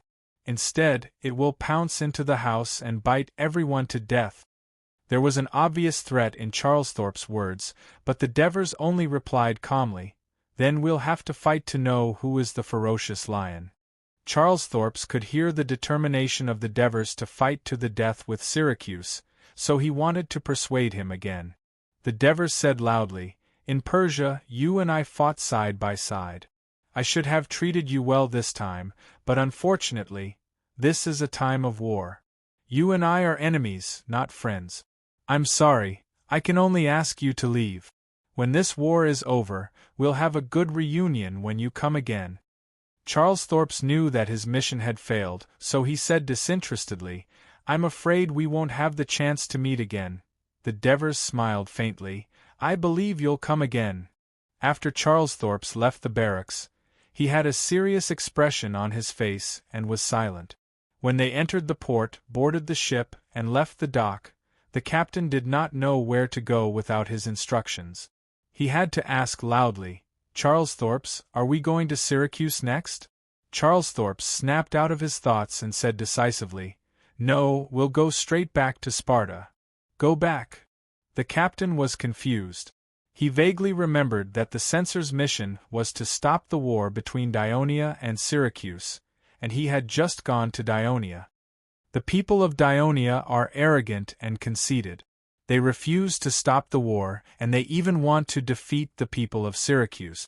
I think this newly established city-state alliance is going to be destroyed soon. The attendant mocked loudly. Maybe. It seems that we, Sparta, can only rely on ourselves for the time being. As Charlesthorpe spoke, the image of the Devers' determined and confident face kept appearing in his mind. This similar expression had appeared before the annihilation in Persia's canyon, before the Battle of Kentrit River. It had appeared many times during military discussions when the expeditionary forces encountered difficulties. It was this expression that the Devers used to persuade the leaders to accept his suggestion and help the mercenaries out of their predicament.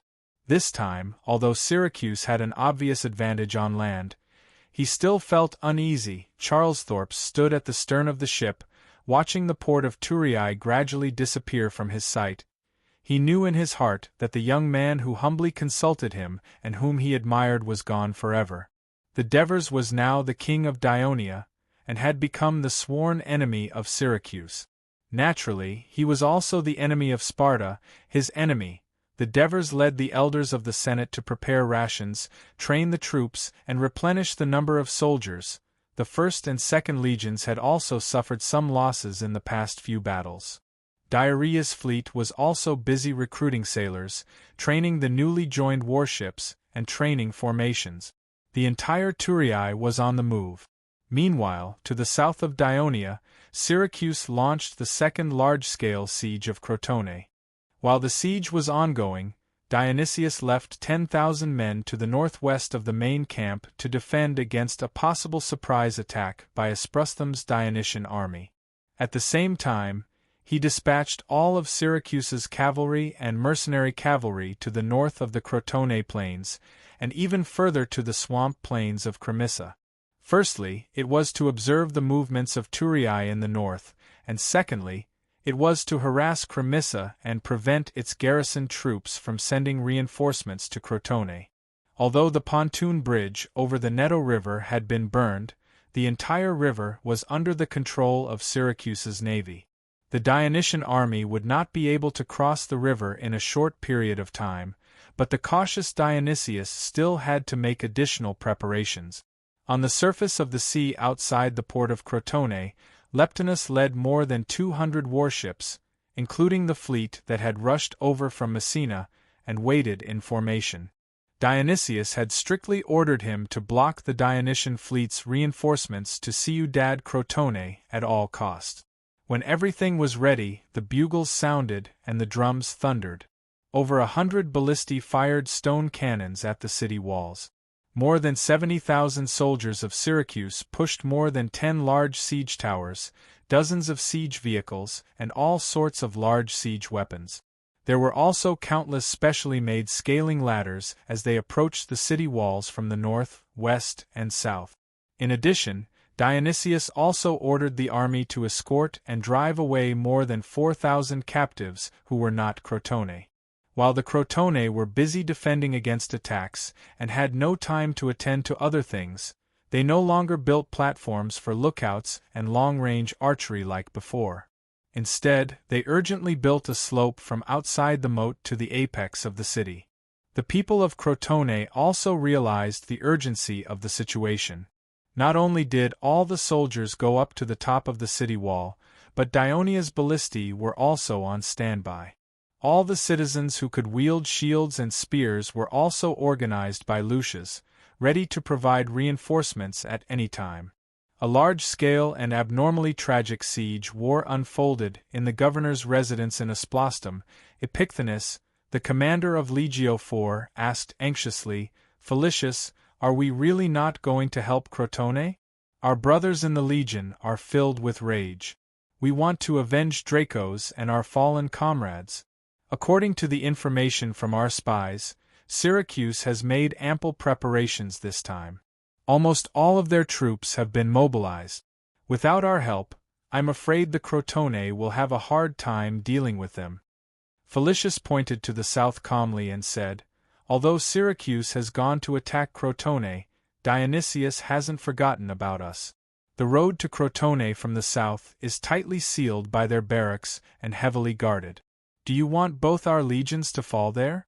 And we've received orders." Epicthenes was speechless. He paced back and forth in the living room, then said irritably, "I don't understand, Lord Devers." Agathia interrupted him and reminded him, "It's your Majesty Devers now." "Very well, your Majesty Devers." Epicthenes shrugged disapprovingly.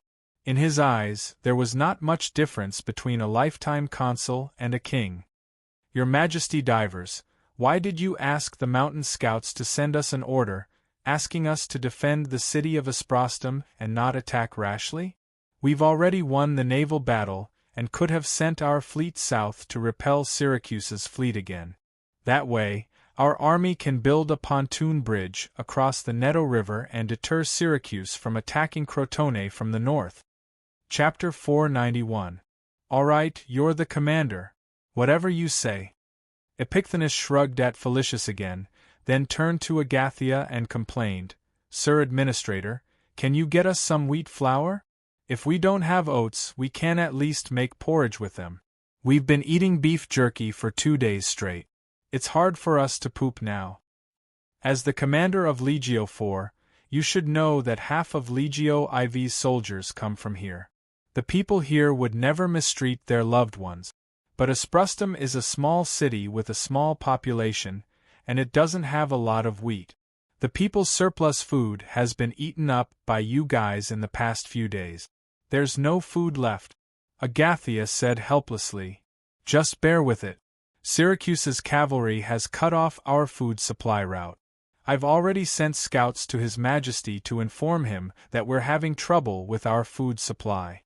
I believe it won't be long before His Majesty arrives with his army, and the food problem will be solved." Felicius comforted him. Wait. Epicthenes had become more and more anxious after Draco's death. He did not want to stay in the mansion any longer.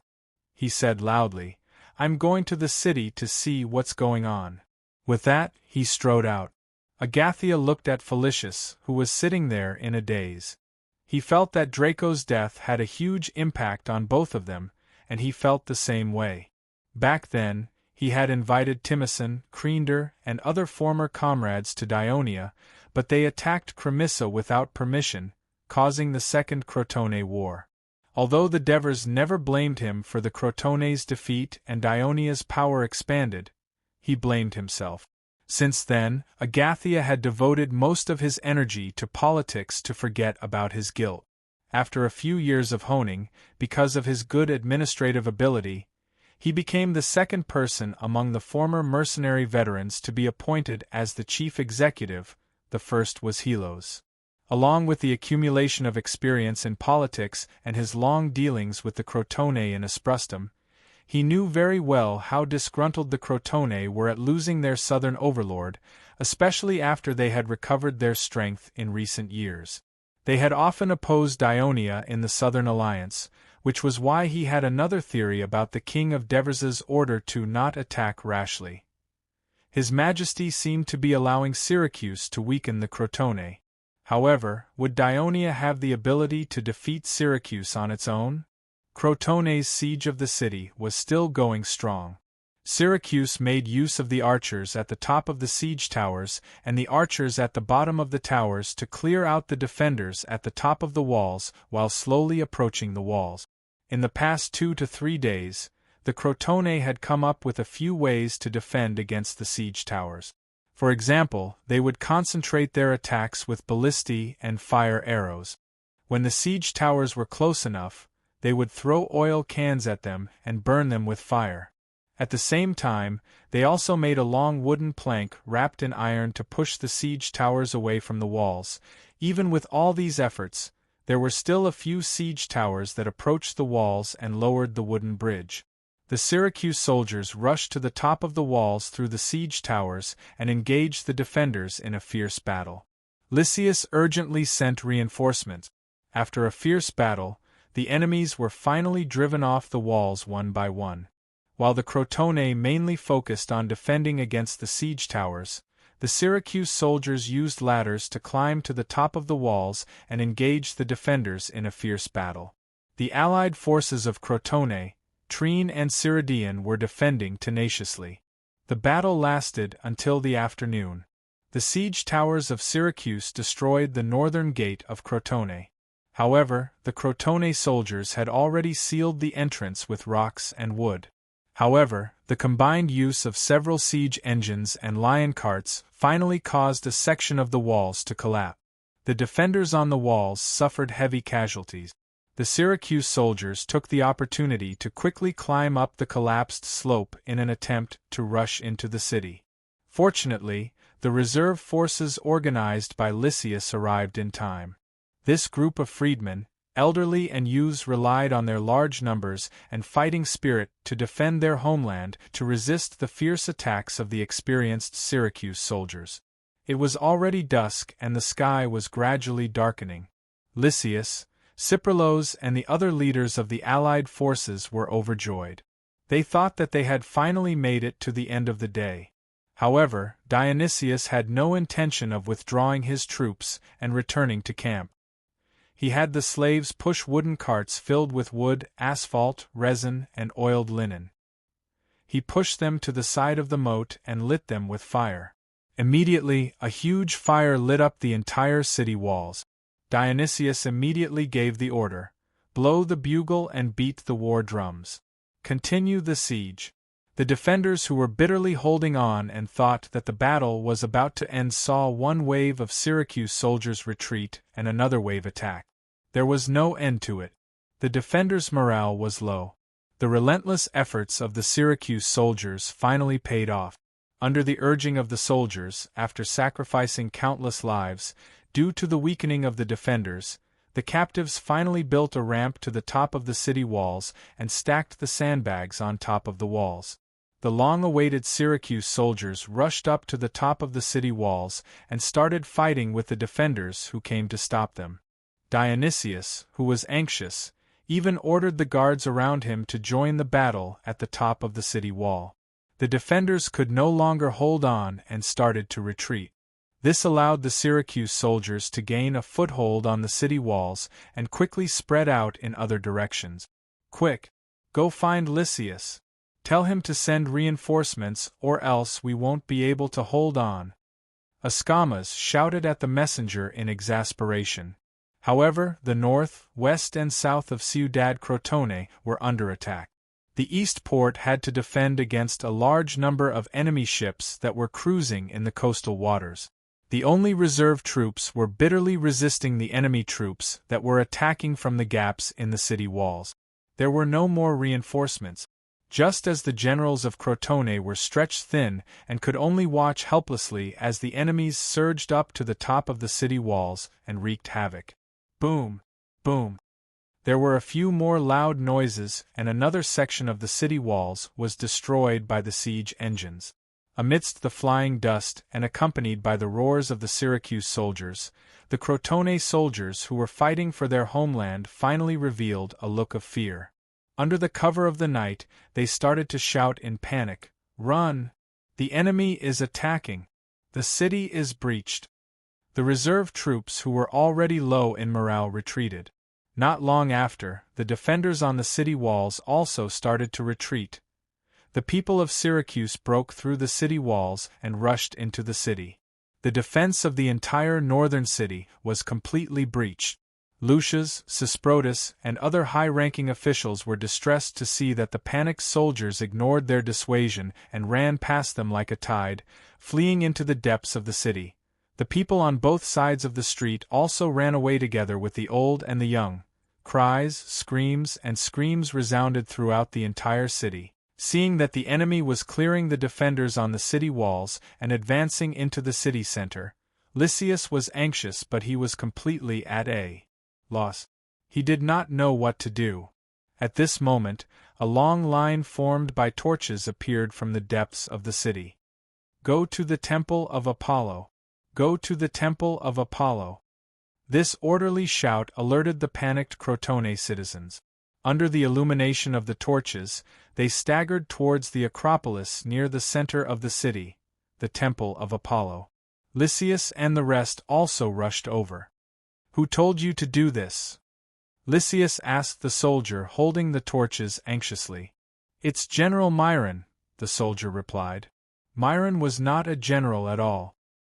His task of defending the port was requested by Escamas, but this did not affect the soldiers' respect for him.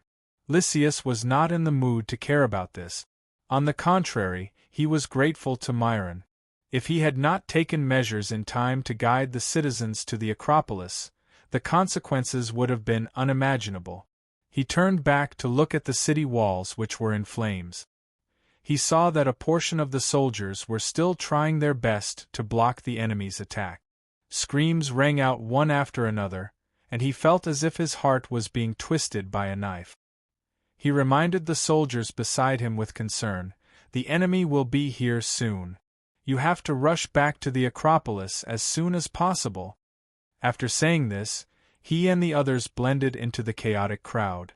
They had to rush back to the Acropolis to calm the panicked citizens and maintain order in the Acropolis. At the same time, they had to organize the citizens to defend the last fortress of Crotone, the Acropolis. "Sir, we won. We broke through Ciudad Crotone." Damocles was extremely excited. Dionysius could not hide his joy either. After receiving the blessings from his attendants, he immediately prayed to Apollo devoutly to express his gratitude. Amidst the cheers, Phoebidas, who was deep in thought, seemed a little different. Today's siege gave him a great shock. Not only were the ingenious and powerful siege machines used, but the organization of the huge siege team was also quite orderly. However, what shocked him was Dionysius's ruthlessness. Dionysius actually killed the soldiers and teams who had fled the battlefield after the siege failed. This was simply inconceivable. In traditional Greek wars, there was no way to deal with deserters. Even Sparta did not have such a tradition. After all, the entire Sparta society revered honor in battle, and deserters would have nowhere to go. However, not only did Dionysius do it, he did it more than once. This forced the soldiers of Syracuse to attack with all their might without regard for their lives. He actually created the miracle of breaking through Ciudad Crotone in one day. Chapter 492. As an experienced Sparta warrior, Phoebidas had been observing the whole process of the siege. He could roughly estimate that Syracuse had suffered tens of thousands of casualties. Such a huge number of casualties was far beyond what Sparta could bear. Even if Sparta organized their allies and formed a large army, they would not use such a bloody method to attack the city, because it would inevitably cause their allies to rebel. This was what made Phoebidas helpless and fearful. Dionysius, the tyrannical and cruel tyrant of Sicily, had too much control over his troops. There are no more obstacles in front of us. Next, it's time to attack Ionia. Dionysius, who had taken down Crotone, turned his head and looked towards the north in the dark night. His voice was full of anticipation. Oh yes, there was still the Devers. Dionysius' words reminded Phoebidas, who was also full of anticipation. But without the help of Crotone, could Ionia, who was at a disadvantage in terms of military strength, withstand the battle? It was already 4 o'clock in the morning. Except for the patrolling sentries, the soldiers in the Turii barracks were already asleep. But a hurried knock on the door broke the silence of the barrack. Your Majesty, urgent military news. Syracuse has breached Ciudad Crotone. Marcius, the captain of the guards, said anxiously. Ciudad Crotone has been breached? Devers's drowsiness was completely driven away by the shocking news. He found it hard to believe. Who sent the news? Is it true? It's news from the mountain scouts. In addition, Aristiras also brought the same news. Syracuse had conquered Crotone, which had a 10-meter-high wall and enough soldiers in one day. The Devers were shocked by the strength of Syracuse's siege. The joy he felt during the day when he received the news that Bergam was killed by his tribesmen and his tribe surrendered, was wiped out. He immediately made a decision. Marcius, summon Antonios, Amintas, Matones and Capys for a meeting. Also, send someone to summon the elders. Yes, your Majesty. Marcius received the order and left in a hurry. Devers indeed had the intention of letting Crotone and Syracuse exhaust each other to buy more time for Ionia. This would give him more time to train the newly formed troops better, prepare the logistics better, and wait for the situation in the Bruttii region to stabilize and the issue of Laus's defection to be resolved. Then, Ionia would have more citizen soldiers to join the expedition. Ionia's territory would be more stable, and he would have more confidence in defeating Syracuse. However, plans could never keep up with changes. Dionysius. Devers stood outside the house and looked at the endless night in the south, clenching his fists. Early the next morning, in the Turii barracks, the large training ground that was usually empty was now occupied by the 1st Legion, the 2nd Legion, the 7th Legion, the Lance Brigade, and the logistics and transport team. Whether it was the soldiers or the transport personnel, everyone stood straight and silently looked at the training ground in front of them. Devers, dressed in a military uniform, stood on the stage and looked around at the tens of thousands of soldiers below the stage. He said loudly, "Warriors of Ionia, since the outbreak of this war, you have followed me everywhere, not afraid of hardships and sacrifices. You have fought bravely, defeated the fierce Simonians, annihilated the cunning Tarentum, and ensured the safety of the northern border of the alliance. You are the heroes of the alliance. We should have held a grand triumphal ceremony for you, but the war is not over yet. The culprit who started this war, the Syracuse, has broken through Ciudad Crotone yesterday. They are about to set foot on our land and burn the flames of war to our homeland, turning us into their slaves. As the people of Ionia, what should we do?" As soon as the Devers' voice trailed off, an earth-shattering roar came from the field. "Defeat the people of Syracuse! Defeat them! Kill them all!"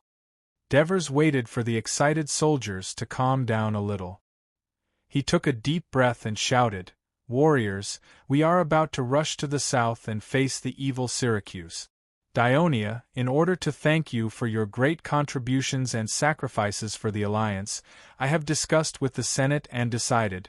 Devers paused for a moment, took another deep breath and shouted, "After this difficult war is over, the free citizens who participated in the war will become preparatory citizens, and all preparatory citizens will become official citizens. The citizens of the city will receive double rewards according to your contributions." The field was boiling again, and this time it was an earth-shattering cheer. Victory to Dionia! Victory to King Devers! After all, the reason why the free citizens and preparatory citizens were willing to fight for the alliance of Dionia in the face of a powerful enemy was because they felt that the existence of the alliance could protect their rights and bring them benefits in the future. Devers gave them what they wanted in advance, and it was bound to make them fight even more fiercely in order to achieve this goal as soon as possible, especially the Lance Brigade, which was mainly made up of free citizens. In the face of Syracuse's fierce offensive, Devers did not hesitate to use any means to raise the morale of the soldiers and increase the chances of Dionia's victory. As for the land that the new citizens and veteran citizen soldiers needed, Devers did not have to worry about it at all. After defeating Syracuse, there was no need to worry about not having enough land. After Devers finished his speech, he immediately announced the departure of the troops. The camp gate opened, and the soldiers of the 1st Legion, 2nd Legion, 7th Legion, and Lance Brigade lined up neatly and walked out of the camp, heading east. On the other hand, the free citizens had to rush to the granary of Turii. There were mountains of military rations donated by the people of Dionia and their allies over the past 2 days. They would transport the rations to the port, and a large number of cargo ships would transport them to the port of Cremissa to be unloaded. Due to the victory of the naval battle of Taranto, Dionia had won the right to control the sea within its borders. With the sea transportation, logistics were much more convenient. Before the long column of troops had reached Turii, they were greeted by countless citizens. They stood on both sides of the road and asked curiously, "Where are you going? Are you going to attack Syracuse?" After receiving confirmation from the soldiers, the citizens became excited. After consecutive victories, they no longer felt the terror of Syracuse's army in the south. Instead, they hoped that the Dionysian army could chase them away as soon as possible so that peace could be restored to the alliance. When the citizens heard the news, they kept coming. Their numbers grew, but they did not obstruct the main road and obstruct the advance of the troops. Instead, they formed a long line of people on both sides of the road, extending all the way to the wooden bridge over the Kratai River. They cheered for the soldiers who were going to war, and at the same time, they searched for their loved ones, prayed to Hades for them, and offered their best wishes. Under the attention and blessings of the citizens, the soldiers became even more spirited, especially the free citizens of the Lance Brigade. This was the first time they enjoyed such a privilege, and they all straightened their backs and held their heads high. "Oh, is this a newly formed legion? Why haven't I seen them before? Why aren't they armed?" Of course, the curious citizens did not know that Devers was afraid that the secret of the Spear Brigade would be revealed during the Long March, which would result in the failure of the surprise attack. Hence, the spears were wrapped up and transported to Crimea along with the provisions by the supply team. Then, Olivers was assigned to receive them. Among the citizens' questions were greetings from their loved ones. "Topyrus! Topyrus!" An excited voice clearly reached the ears of the Lance Brigade's Captain Topyrus. He was promoted due to his outstanding performance in training. He quickly turned his head and saw the person he was looking for, Mysia, his wife. She was waving her arms excitedly, shouting with passion, "Topyrus, I'll go to the Temple of Hades day and night to pray for you, so that you can return safely as soon as possible." Topyrus did not say a word. He waved his arms in response, but his heart was overflowing with passion. Both he and Mysia were slaves, and they met in Kristoya's restaurant. Their similar experiences brought them together quickly, and they supported each other. In the second year of Topyrus's freedom, Micia's outstanding performance was praised by Christoia, and she was freed from slavery. Soon, the two were married under the witness of the goddess Hera. At this moment, Topyrus was looking at the figure of his wife, who was still chasing after the lance brigade, a voice resounding in his heart. "Wait for me, Micia. When I return, we will become citizens of this great alliance. We will have our own land. We will build a beautiful house. We will have 4 or 5 children." When the lance brigade reached the city of Thurii, the First Legion left the main force and headed east. They were going to the naval base by the Crati River, board the Raven warship, and follow the fleet south in search of the Syracuse navy. The main force turned towards the wooden bridge over the Crati River. In front of the wooden bridge, the elders also came to send off the troop. They weren't as optimistic as the commoners, because the commoners still didn't know that the inner city of Crotone had fallen. This news was like a boulder weighing on the hearts of the elders, causing them to toss and turn restlessly last night. They couldn't sleep well, their hearts filled with worry for the war. Chapter 493. Devers could sense the heavy expectations in their words. He smiled and said, "You don't have to worry about the people of Syracuse. What you should worry about is whether we have enough manpower to govern the lands in the south of Greece after we defeat Syracuse."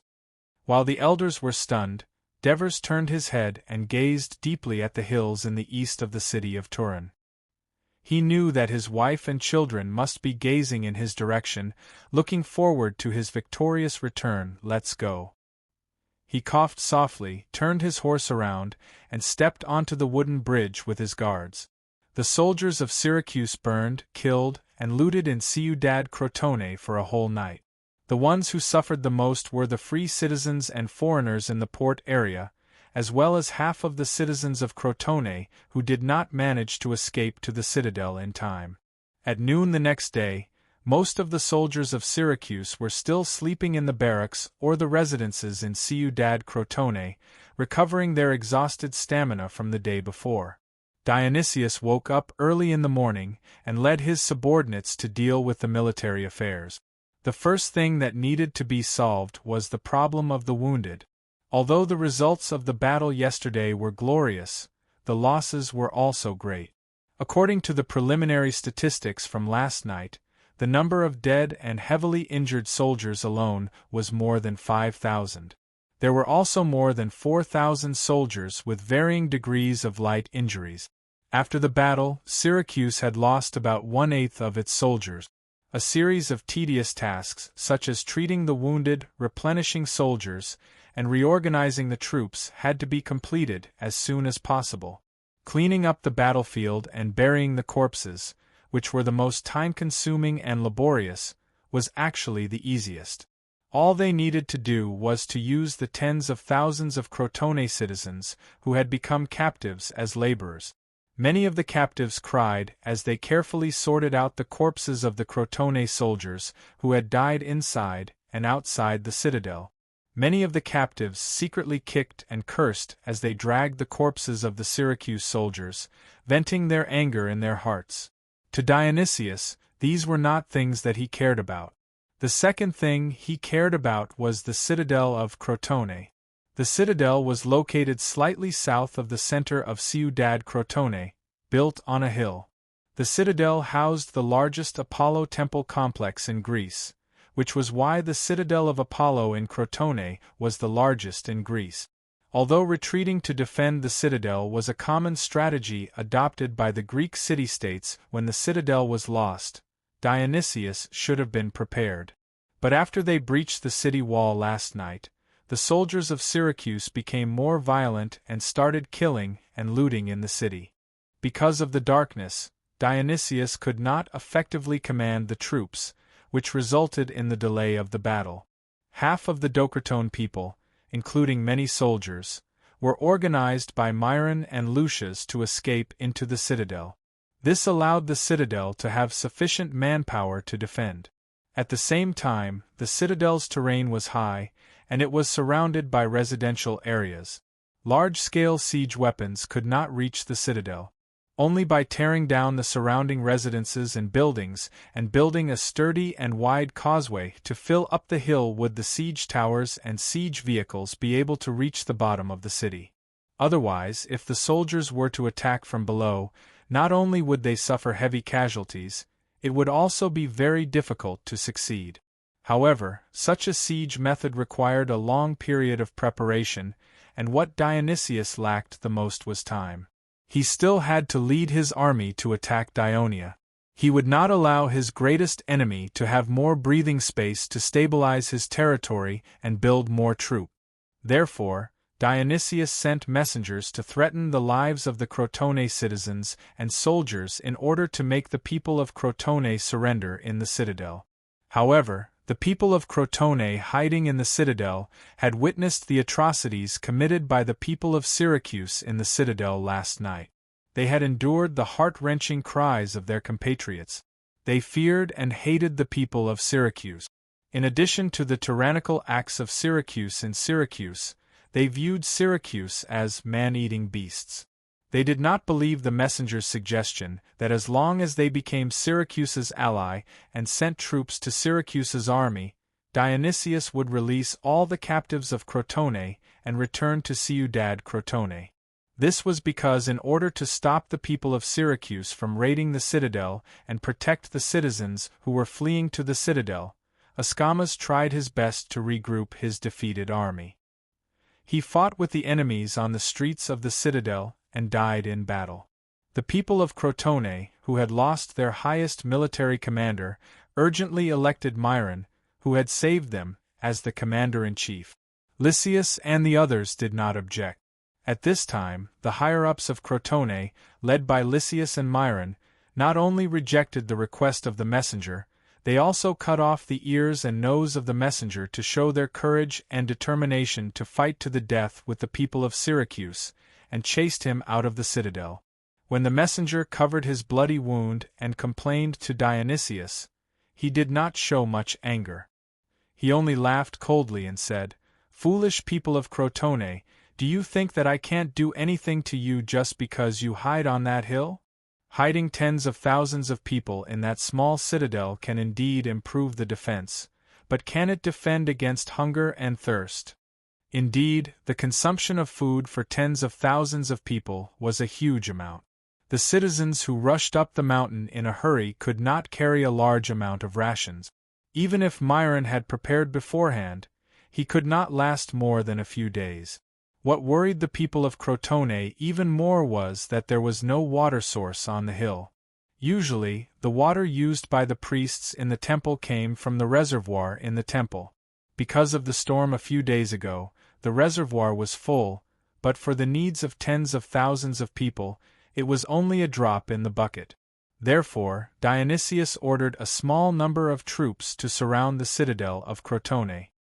He believed that the people of Crotone would not last more than a few days without water and food. They would come down the hill and surrender. He had originally wanted to order the ballistae to fire stone bullets at the citadel to increase the fear of the people of Crotone and force them to surrender earlier. However, on second thought, there was the temple of Apollo in the citadel. If they deliberately destroyed it, it might affect the morale of the soldiers. Moreover, the sudden storm last time also made him, who had always been arrogant, feel worried. At this critical moment, he did not want any accidents to happen. Dionysius understood that the people of Crotone were hiding in the citadel to struggle at death's door, hoping that the people of Dionia would come to their rescue. And Dionia was the target that Syracuse's army was about to attack. However, the soldiers who had just gone through a fierce siege needed to rest and reorganize, so he could only continue to send hired cavalry to the north to scout the enemy's situation. The greedy Namibians and Celts vented their dissatisfaction at not being able to participate in the plundering of the city last night. Surprisingly, Dionysius did not lose his temper. He even specially gave these foreigners a lot of spoils of war. This was because Phoebidas once said that these foreign cavalry were a sharp weapon against the people of Dionia in the wild. A fast ship sailed into the port of Crotone. "General, the fleet of Dionia is here." The captain hurriedly reported to Leptinius, who was inspecting the military port and commanding the docked warships. The navy of Syracuse had just moved into the port of Crotone this morning. Compared to Syracuse, the port of Crotone was much larger and could accommodate more warship. Moreover, it was located closer to Dionia's territory, which made it easier for the navy of Syracuse to understand the movements of the Dionysian fleet and better coordinate with the land forces. However, they did not expect the fleet of Syracuse to attack just as the sailors had yet to fully disembark. Leptinius's heart was beating like a drum, but he still maintained his composure. "How many warships are there?" Estimating the number of ships at sea was much more difficult than estimating the number of people on land. When a fleet of hundreds of warships sailed on the sea, they usually occupied an area of 5 to 6 nautical miles. After all, human vision was limited, and there was no place to hide in the endless sea. Hence, they had to observe closely, which was very risky. It feels like the number from the last battle." The captain could only give a rough estimate. He then emphasized, "Those Dionia warships all have drawbridges hanging from the foremast." Leptinius panicked when he heard this. The crushing defeat from a few days ago resurfaced in his mind. To fight or not to fight? He could not make a decision at that moment. Instead, he ran into the city to ask for instructions from Dionysius. When Dionysius learned that the Dionysian fleet was attacking, he pondered for a moment, before giving the order resolutely, "Fight." Regarding this, he had a few considerations. Firstly, since the Dionysian fleet was similar in number to the last battle, and they were all equipped with drawbridges, it meant that his previous analysis was correct. Due to the number of sailors and the difficulty of modifying warships, the Dionia were still using the original warships. In terms of the number of triple-hulled warships, the navy of Syracuse still had the upper hand. Secondly, as a commander-in-chief, Dionysius knew how much the morale of his soldiers affected their combat effectiveness. The navy of Syracuse had suffered a great defeat not long ago. If they did not make up for it with victory and chose to retreat instead, it would undoubtedly be dampening their own morale while boosting the enemy's morale. If they encountered the Dionysian fleet in the future, the navy of Syracuse would undoubtedly be lacking in morale. Furthermore, the main army of Syracuse was concentrated in Crotone. After a day of bitter battle yesterday, they were currently resting.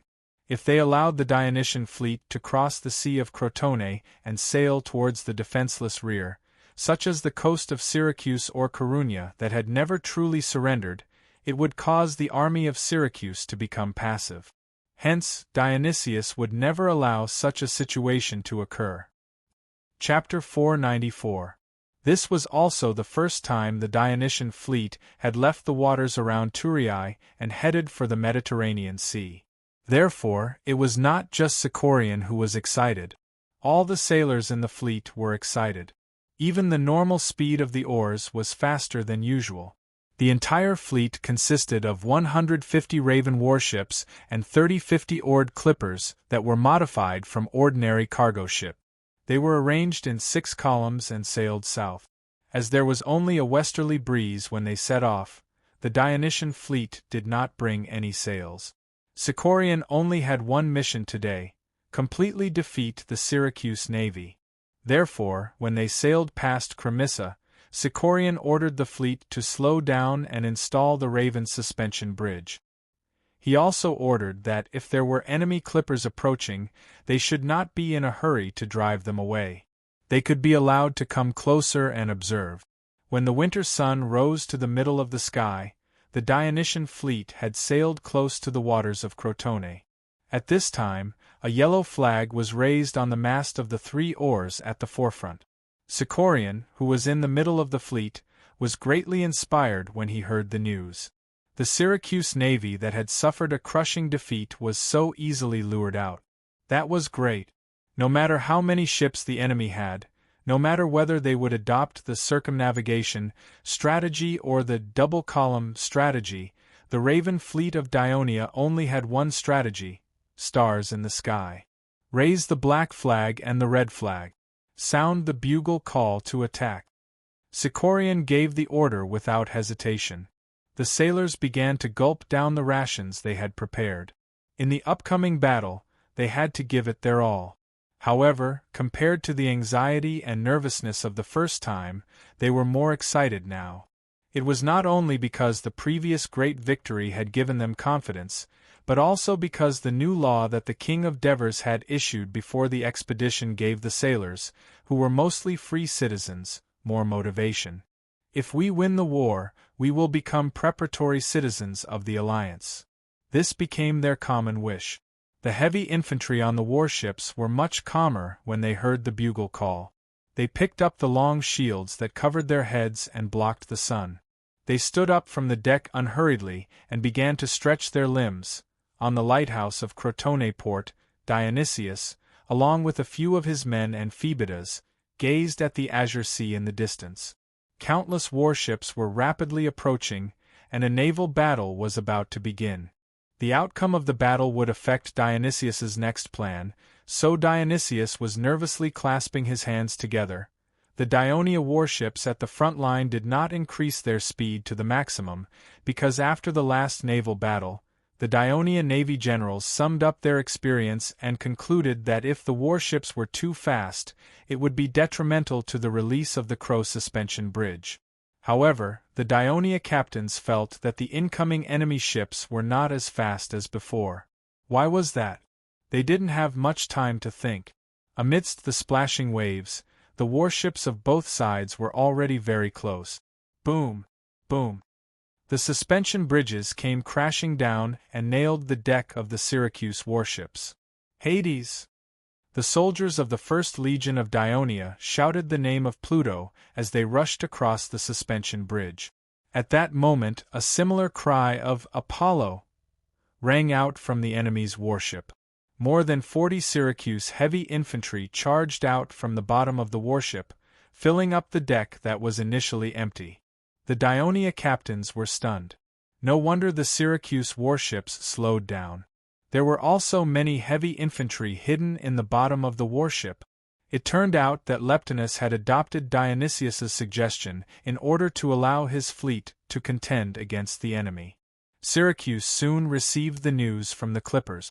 Although he was surprised, he still believed that the Legion of Dionysia would emerge victorious in this naval battle.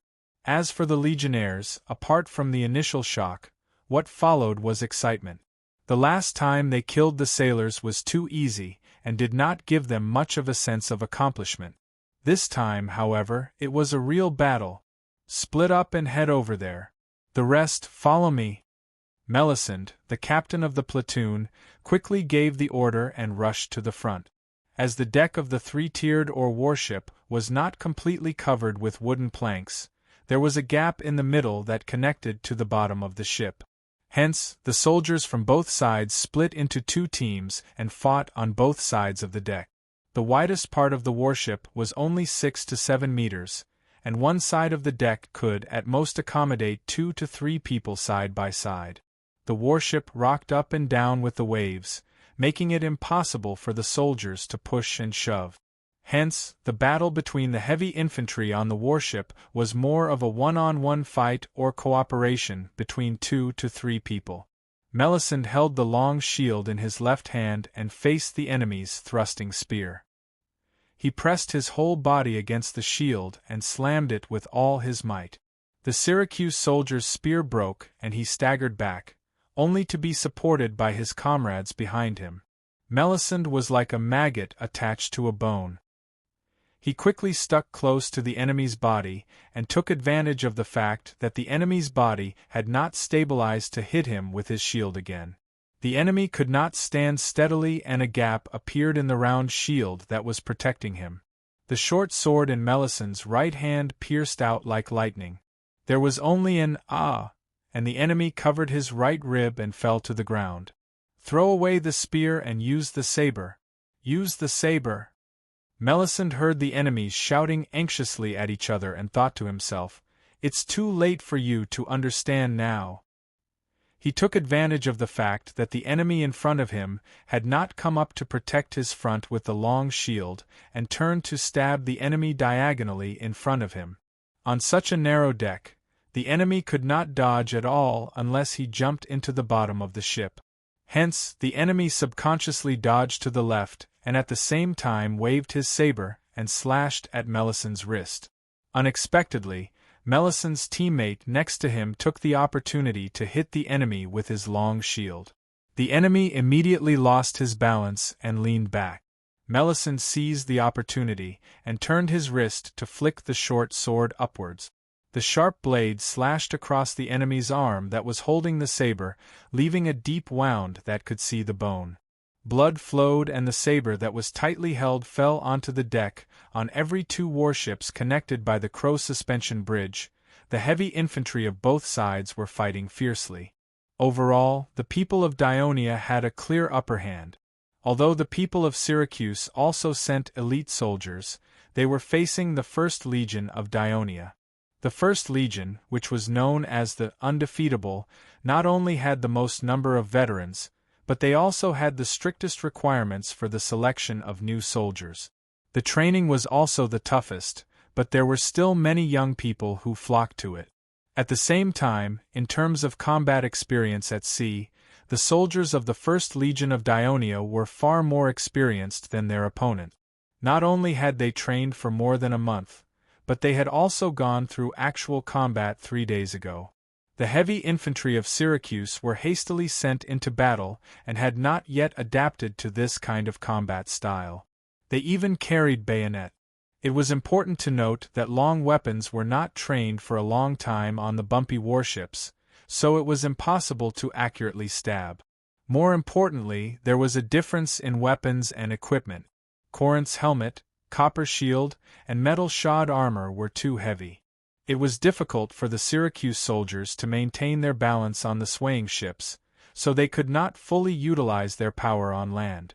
They could not compare to the more agile and melee soldiers of the Legion of Dionia. However, there was another difference between fighting on the warships and on land. Even if they were defeated, they could not escape. They could only be captured or jump into the sea.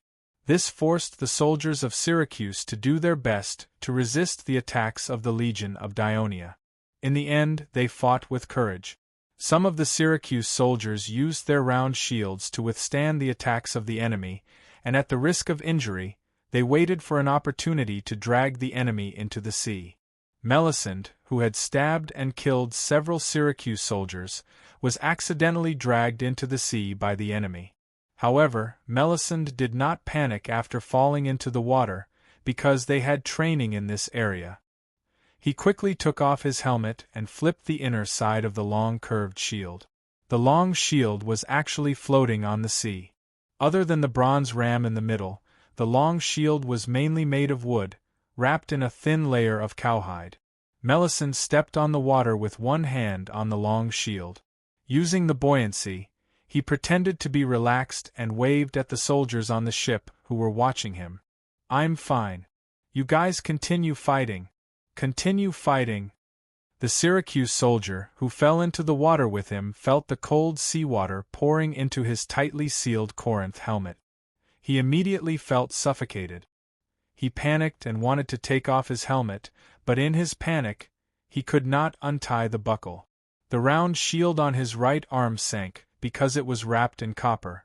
Coupled with the heavy helmet and shod armor, he could not float to the surface no matter how hard he tried. In the end, he drowned in the sea. The suspension bridge operator of the Dionia warship handed a wooden oar to Melisand, who was floating on the sea. Melisand finally climbed onto the warship. As soon as he took a breath, he heard the watchman on the main mast shout, "Enemy ship attack! Enemy ship attack!" Everyone was shocked. Not far away, they saw a warship rushing towards them aggressively. However, the warship was now connected to the enemy ship and could not move at all. "Quickly pull up the suspension bridge!" the captain shouted anxiously at the soldiers on the opposite ship. Melisand followed suit and shouted. The suspension bridge was pulled back, but the enemy ship was already less than 20 meters away. The bronze ram at the bow of the ship shone brightly under the reflection of the seawater and the sun. "Forward right!" Following the captain's urgent shout, the helmsman quickly turned the stern rudder. "Speed up!" The captain's voice had just faded. The piper at the bottom of the ship had already started playing quickly and forcefully. The oarsman at the top led the two oarsmen at the bottom to quickly row the wooden oars. However, the warship needed time to quickly move forward from a standstill, and that was what the warship lacked the most right now. Chapter 495. Nearly 200 panicked sailors scrambled to the deck. A loud boom was heard. The entire warship trembled and swayed, and the sailors fell down amidst their screams. A large hole was smashed open in the middle right side of the Dionia warship. The bow of the enemy warship was revealed through the hole, followed by a torrent of seawater. The enemy warship's momentum did not stop there. It continued to cut in, widening the hole. The powerful momentum actually caused the Dionia warship to move a few meters horizontally. The Dionia's oarsmen knew that sinking was inevitable, and jumped into the sea one after another. Poor Melisande had just climbed onto the ship, but he had no choice but to jump into the sea again with his shield. He could hear the sailors floating on the surface of the sea complaining, "Why aren't there any fast ships to cover for us?" In fact, more than half of the 30 fast ships of Dionia had been exhausted from running for their lives. When Leptilos hid the untrained heavy infantry on the captain, he had already estimated that Syracuse would not have the upper hand in the battle on the ship. However, this time, the navy of Syracuse had nearly 50 more three-decker oars than the enemy. Hence, he decisively adopted the circumnavigation tactic, using the advantage of having more ships to surround the enemy from the outside. When both sides were locked in combat, they could seize the opportunity to cut into the battlefield and ram the immobilized enemy ship. If this was the previous naval battle, the legionnaires on the Dionia warships would have been able to quickly deal with the enemy ships, allowing their own warships to retract the drawbridge and re-enter the battle. However, this time, the addition of heavy infantry on the Syracuse warships greatly extended the duration of the battle after the legionnaires boarded the ships. This provided an opportunity for the Syracuse warships to break in. After nearly 10 Dionia warships were sunk or damaged, the other warships also realized that the situation was not good. Before the legionnaires could finish off the enemy ships, they retracted the Raven suspension bridge and began a real naval battle with the enemy. They did not dare to use the suspension bridge to hook the enemy, because there were no legionnaires on the warships. They were fighting on the enemy ships, so they quickly removed the Raven suspension bridge. The Syracuse warships were more experienced in naval battles, and their sailors cooperated more tacitly. However, because they carried more soldiers, they were slower and less agile. The Dionia warships were less experienced in warship battles, but because they let go of their soldiers, they had an advantage in speed. The situation of the two sides was somewhat different from the previous naval battle. The warships of both sides looked for opportunities on the surface of the sea, chasing, circling, sprinting, colliding from time to time. The wooden oars of the warships would be broken, and the warships would be damaged or even sink. As time passed, the Syracuse warships began to be at a disadvantage in the head-on battle. After all, once the connection was broken, the Dionysian fleet had more warships that could participate in the battle than the Syracuse warships, and often the Syracuse warships were in a terrible situation of 1 versus 2.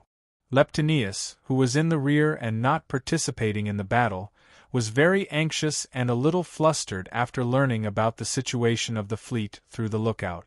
Could it be that they were going to die again? At this time, the lookout shouted from above, "There's a fleet coming from behind." A fleet from the south? Is it ours? Leptinius knew that Dionysius did not send an order to Syracuse to transfer the warships back to the main port, but he was still very anxious. But after a while, the lookout's shout shattered his expectations. "It's a black warship! A black warship! They're finally here!" Middleades looked at the fierce naval battle ahead and breathed a sigh of relief. Before they set off, Sidorian and the other admirals had already formulated a plan for this battle. As they were worried that the Syracuse people would see the size and strength of their fleet and avoid the battle, they discussed and decided to split the fleet into two. More than 60 captured three-tier Syracuse warships would be led by Middleades. After departing from the port of Thurii, they would sail southeast to avoid the detection of Syracuse's clippers, and make a semicircle around the coast to rendezvous with the main fleet led by Sidorian at Silatina. But what they did not expect was that the Syracuse fleet stationed at the port of Silatina had already moved to Crotone that morning. Middleades' fleet, which did not receive the news in time, arrived at Silatina only to find that there was no one there. Middleades made a prompt decision and ordered the fleet to turn back. Finally, they found the two parties fighting on the sea near Crotone. At Middleades' command, the fleet quickly joined the battle, pincer attack from the front and back, and sounded the final death knell for the Syracuse fleet. Dionysius, who had watched the entire battle from the port's lighthouse, was livid in the end.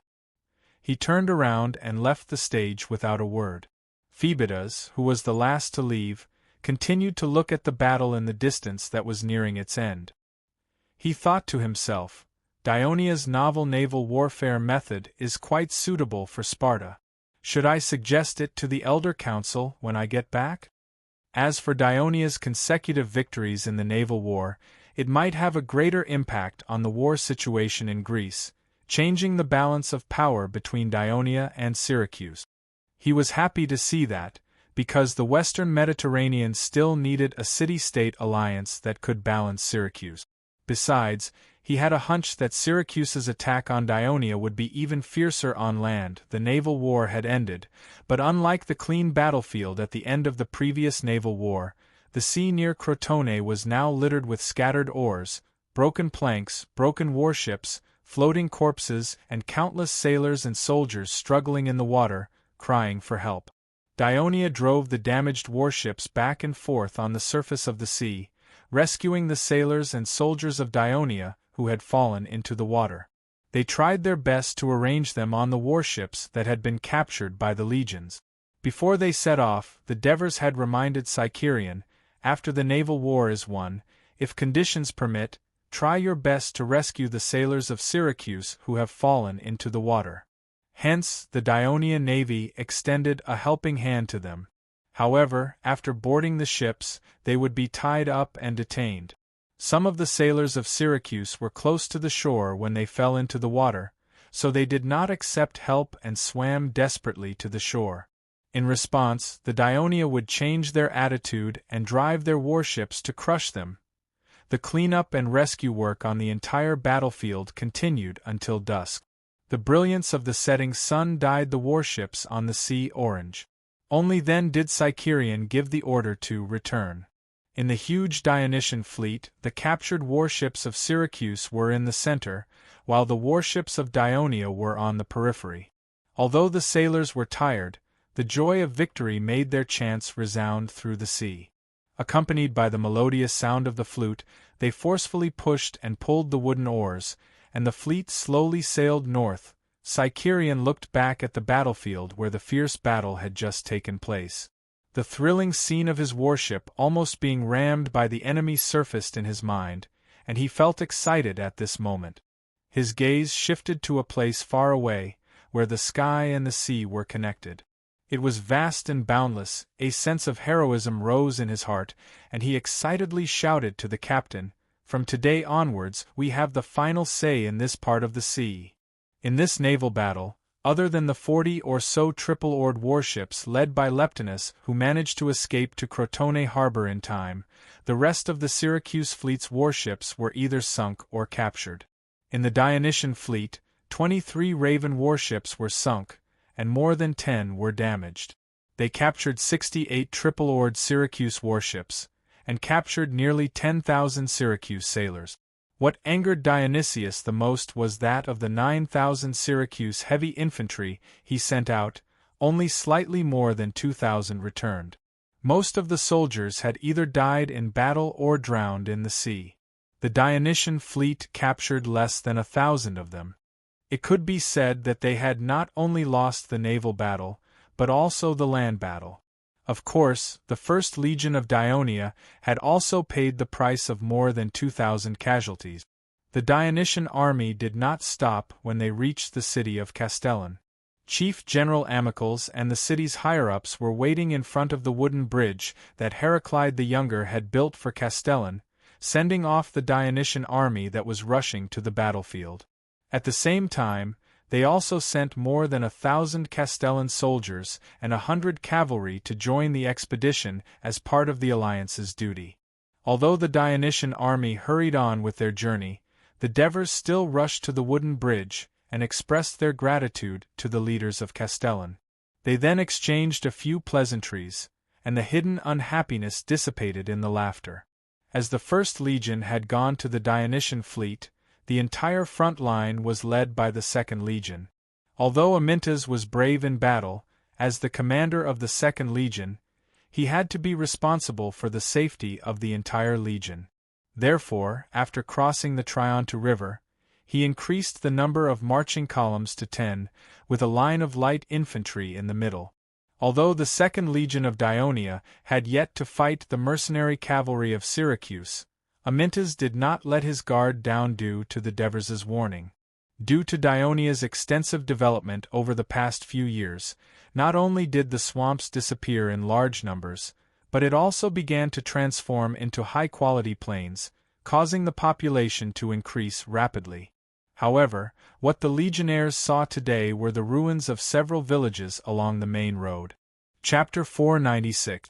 Just as the Second Legion was about to reach the wooden bridge over the Rakili River, a few scouts who had been sent out hurried back in panic.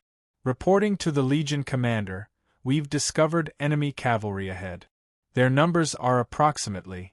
Before the scouts could finish their sentence, the enemy cavalry had already appeared on the other side of the Rakili River. They were dark-skinned and had long black hair. They wore thin, short-sleeved linen clothes and held javelins in their hands. They were barefooted and some of the horses did not even have cushions on their backs.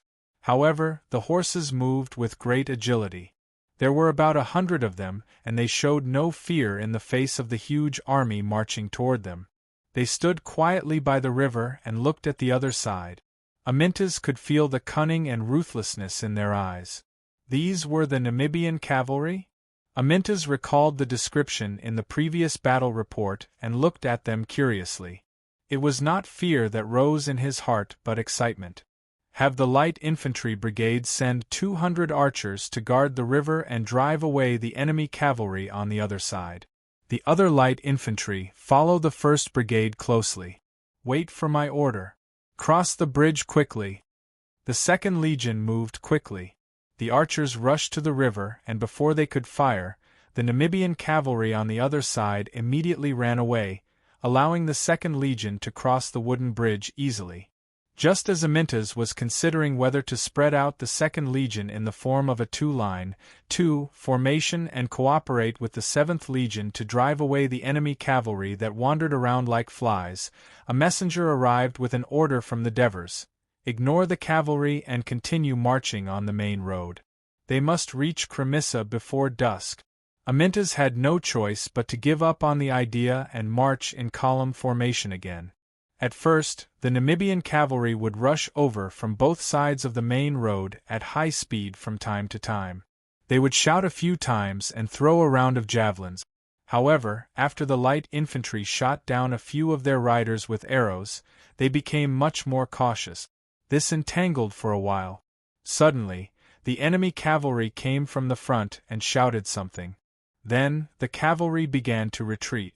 Soon, the ugly Namibians were nowhere to be seen by the soldiers of the Second Legion. The soldiers did not know what was going on, but Amyntas could vaguely guess the reason. It could be that the Dionysian fleet had won another naval battle. The mercenaries were worried that the Dionysian fleet had taken control of the sea near Crotone and would use their warships to break the pontoon bridge over the Neto River and block the Neto River. If that happened, the mercenaries who had been wreaking havoc in Dionia's territory would not be able to return to Syracuse's camp. They would be abandoned and would be killed by the soldiers. As the Namibian cavalry and the Celtic cavalry on the northern plains of Croton fled across the Neto River, Dionia warships had already appeared at the mouth of the river. The Namibians reported their findings to Dionysius. "The reinforcements from Dionia are here? So fast?" Phasapeses was surprised. The troops had just breached Ciudad Crotone yesterday, and today, Dionia had rushed over. "How many are there?" Astagras asked anxiously. Akelita held up 3 fingers. "About 30,000. 30,000. Astagras calculated seriously. "There are about 10,000 Dionia soldiers in Asbrustum, and nearly 10,000 in Crimea. If that's the case, when Dionia comes to Crotone's territory, they will gather more than 50,000 soldiers. That's not a small number. Don't forget to count the heavy infantry on Dionia's warships," Phasapeses reminded Astagras. "Dionia has at least 60,000 soldiers. The soldiers on Dionia's warships have been fighting with our soldiers for a long time." "There aren't many of them left," Astagras retorted. "You have to admit that Dionia can capture so many of our warships. It means that their losses are not too great." Phasapeses insisted on his opinion. Phoebidas silently listened to the 2 Syracuse generals arguing about the number of troops. He could not help but feel a little envious. When Syracuse and Dionia, the 2 powerful forces in the western Mediterranean, went to war, the number of soldiers dispatched was more than 50,000. This was something that Sparta and its allies could not achieve. At this time, another Namibian beside Akelita said a few words loudly in Namibian. Phasapeses immediately stopped arguing with his colleague and asked curiously, "What did he say?" Akelita replied, "My men said, some of the enemies are wearing black armor, some of them are wearing the same armor as you, and some of them are not wearing armor at all, and they are not holding any weapons." It turned out that among the reinforcements led by the Devers, the soldiers of the 2nd Legion were all official citizens, wearing standard black helmets, black armor, spears, long shields, short swords, and javelins. The soldiers of the 7th Legion were mostly preparatory citizens and registered freedmen. They did not have enough money to buy Dionia's standard equipment, so the weapons and equipment they carried were very messy. It was not until the Tarentum soldiers were annihilated and captured that all the soldiers of the 7th Legion were able to change into the heavy infantry equipment taken from the Tarentum soldiers. Corinth's helmet, linen breastplate, round shields, shin plates, spears, sabers, and the supply team at the rear was also loaded with thousands of heavy infantry equipment also taken from the Tarentum captives. Those were prepared for the Legio VI stationed in Crimissa. As for the spear brigade, in order to not leak the secret, Syracuse was informed in advance. After all, the 4-meter-long spears were too eye-catching. So, they marched empty-handed and transported the spears to the port of Crimissa through cargo ships. That was why the Namibians had such an illusion. "I knew it. How could Dionia have so many citizen soldiers? It turns out that they have recruited all the freedmen, but they don't have the ability to fully equip them with weapons. It's useless even if they have more people." Astagras glanced at Phasapeses and laughed. Phasapeses did not argue with him anymore, and the expression on his face was much more relaxed. As an opponent, he certainly hoped that the Dionysian army was as weak as possible. "Apollo, the reinforcements of Dionia have come at the right time." At this time Dionysius, who had been in deep thought, spoke. Ever since he witnessed the defeat of the navy, his face had been gloomy. His subordinates thought that he was angry about the navy's failure, but they did not know that he was actually worried about the fate of this huge army. He had thought of a crucial problem. Even if the Syracuse army continued to attack Crimissa, Castellan, and even southern Turiae, the Dionia would not dare to divide their forces to their fleets and land at the back of the Syracuse army. However, as long as the Dionia burned the wooden bridges across the wide Crati River, the Syracuse army would not be able to cross the Crati River and attack the heart of the Dionia alliance, northern Thurii. Once the Syracuse army stopped at the Crati River, the Dionia would be able to defend the river while sending their fleets to ambush the rear of the Syracuse army.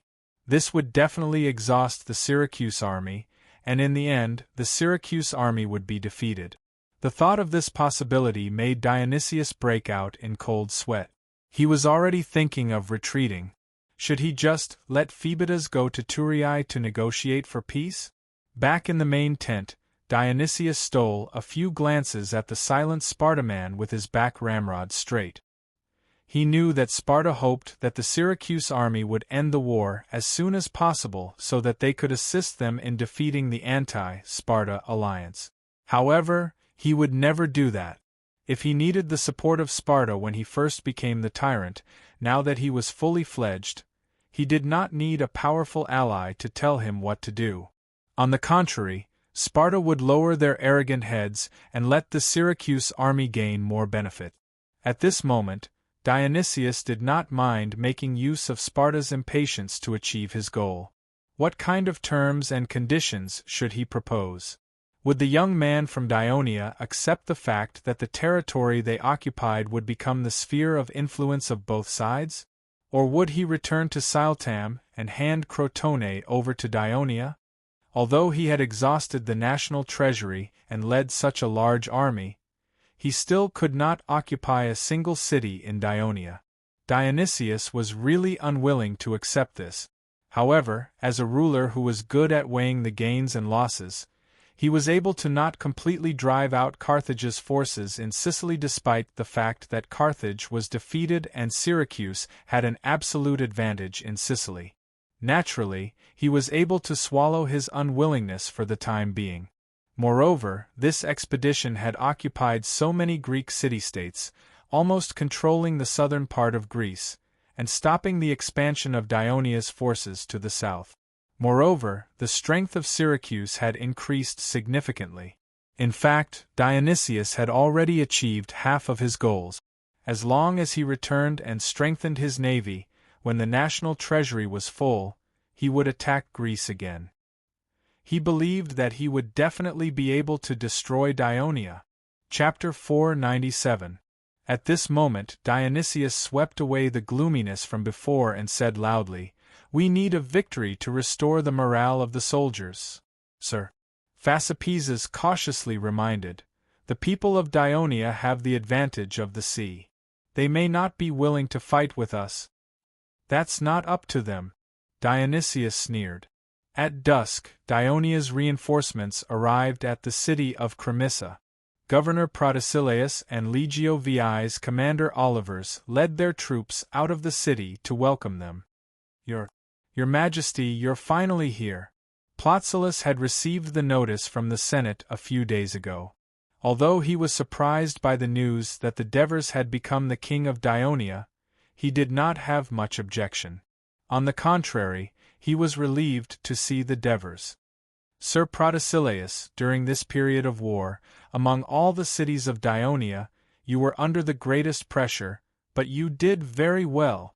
Under the heavy pressure of the Syracuse army, you still managed to stabilize the city of Cremissa. On behalf of the Senate, I thank you for your efforts during this period," the Devers said sincerely. According to Aristyra's intelligence, Protesilaus was not strict with Cremissa, which led to political instability. If it were not for Olivers's timely arrival, the situation in Cremissa would have been even worse. However, after realizing his mistake, he was able to follow the good advice and assist Legio VI in supervising the entire city. He was also busy arranging food and lodging for a large number of people who had fled into the city. He dealt with various matters in a timely manner, greatly alleviating the conflict between the people who had fled from the villages outside the city and the residents in the city, ensuring the stability of the city.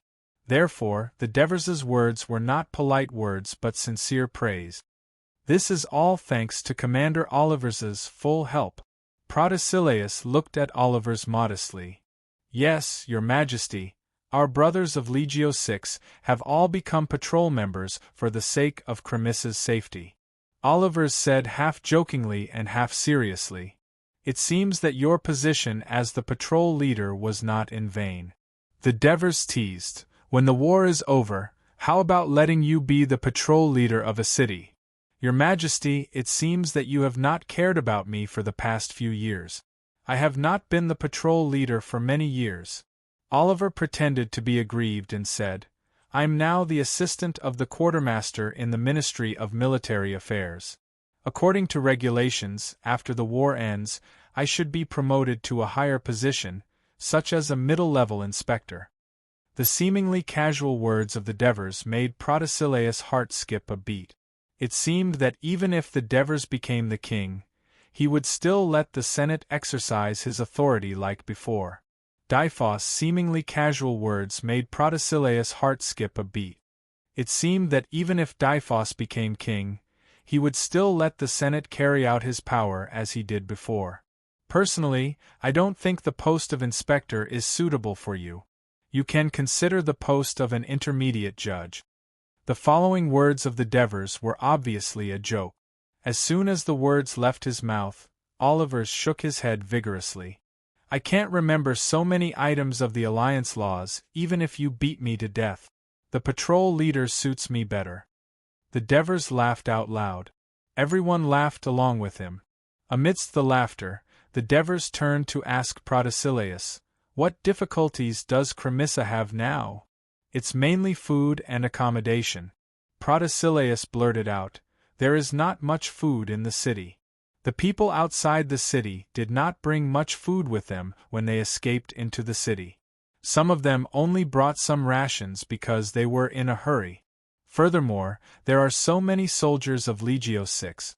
If your Majesty did not lead the army here today, I would have discussed with Olivers tomorrow and asked him to send soldiers to the Senate to request emergency food aid for Cremissa. The city is indeed in a tight spot. Olivers interrupted. Lord Protesilaus even tried to persuade the people in the city to share their food with the people who escaped into the city. However, a small number of people expressed strong dissatisfaction with this. The Devers stared at the two of them, then looked around at the other public officials of Cremissa and said with a serious expression, Our war with Syracuse will determine the survival of the Alliance. In such a critical period, all the people of the Alliance should unite and fight against the enemy to defeat Syracuse and win a better future for the Alliance. Therefore, if anyone acts to undermine the stability of the Alliance and obstruct Dionia's preparations for war, they are no longer people of Dionia, but enemies of Dionia. The Senate and the city halls have the right to impose heavier punishments according to the Wartime Act, even the death penalty. Don't worry, just boldly manage the city. After hearing this, Olivers winked at Protesilaus, meaning to say, I'm right, right? The Devers' serious words revealed a murderous intent, causing Protesilaus' heart to tremble. He said to his men one after another, We understand. You don't have to worry about the food. The Devers comforted them again. In the next few days, there will be a large amount of food being shipped from the port of Turin. Tomorrow, the army will be heading to the Croton Plains. There will be no more enemy cavalry here. You can arrange for the people who are hiding in the city to return to their homes, rebuild their homes, take care of the destroyed farmland, and prepare for next year's spring sowing. Master Protesilaus, you have to arrange these things well. Don't worry, Your Majesty. Protesilaus was greatly relieved when he heard the Devers' words, and immediately promised. Your Majesty, will Legio 6 be heading to the Croton Plains as well? Olivers asked hurriedly. The Devers smiled and said, Are you not planning to continue being the patrol captain in Cremissa? We, Legio 6, are going to settle the score with the Syracuse mercenary cavalry, and avenge the people of Cremissa and our brothers who died in battle. Olivers said in a deep voice. After Legio 6 entered Cremissa, it was not that he did not send out troops in an attempt to drive away the enemy cavalry that was wreaking havoc in the Croton Plains. However, the inexperienced soldiers of Legio 6 could not do anything to the galloping mercenary cavalry. Instead, a small unit was lured away from the main force, and in the end, they were attacked by the Celtic cavalry and the Namibian cavalry with javelins, killing all of them. Olivers was forced to retreat his troops back into the city, not daring to leave the city easily. The Devers felt the fire in his eyes and nodded solemnly. "You will get what you want." Accompanied by the sound of military music, the marching column that was like a long dragon had almost reached the city gate. Only then did the Devers stop talking and followed Protesilaus and the others into the city, followed by the guards behind them. Although there is a lot of food this time, there are many places that need to be distributed, and there are a lot of people. Therefore, the amount of food that will be distributed to Crimis's city will not be too much. You have to control the amount of food that is distributed to each household. Try to make sure that the distribution is fair, and at the same time, try to maintain the distribution for as long as possible, so that the next batch of food can be delivered, Divers whispered to Protesilaus as they walked. Protesilaus' heart tightened. It seemed that the food situation in Dionia was not as optimistic as what the Devers had said to the crowd. "So," he nodded cautiously. "I understand. Can the city of Crimissa accommodate more than 30,000 people?" The Devers asked again. "After receiving advance notice, we have made some preparations. The empty space in front of the Temple of Hades and the Temple of Apollo has been reserved. The square occupied by Legio VI can be squeezed a little more. In addition, we have also discussed with some people with large residential areas to let some of the officers and soldiers stay there. After all, the army will only stay for one night. The city of Crimissa will try its best to let the soldiers stay there." After Protesilaus explained the arrangements they had made, he hesitated for a moment and then said seriously, "Your Majesty, there is something I want to report to you." "Speak." In the past few years, the swamp area near the Lakili River has been gradually transformed into a plain. At the same time, after it was incorporated into Crimissa, the population of Crimissa has been increasing rapidly. Now, there are nearly 15,000 citizens and prospective citizens registered in the household registry of Crimissa, and more than 20,000 registered free people. Now, most of them live outside the city, farming and herding cattle and sheep. Moreover, the land on this plain has not been completely distributed, and there may be more people coming to Crimissa in the future. With such a large population, and the fertile land of the Swamp Plain and the Croton Plain, agriculture will definitely prosper in the future. Moreover, Crimissa has a port, and trade will also flourish. By then, people living outside the city will probably hope to live in the city. However, the area of the current city of Crimissa is too small, and we have to expand the new city outwards. Your consideration is very long-term, and I personally agree with you. You can write a proposal and submit it to the Senate for approval before allocating the funds for the construction of the city. However, this should only be considered after we defeat Syracuse and end the war," said the Devers with relief. Turii wanted to expand, Crimissa wanted to expand. The rapid development of the Dionia alliance surprised even him. "Your Majesty, we still have to rely on you to defeat these D*MN invaders and restore peace and tranquility to Dionia," said Protesilaus sincerely. The Devers smiled. When he passed through the city gate and entered the street, his expression suddenly changed. Chapter 498.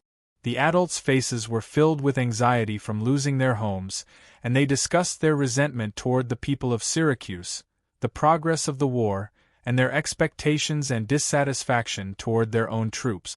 The children, on the other hand, treated the refuge as a playground, playing and fooling around together. When the streets were too noisy, the people in the houses on both sides of the street would come out to express their dissatisfaction.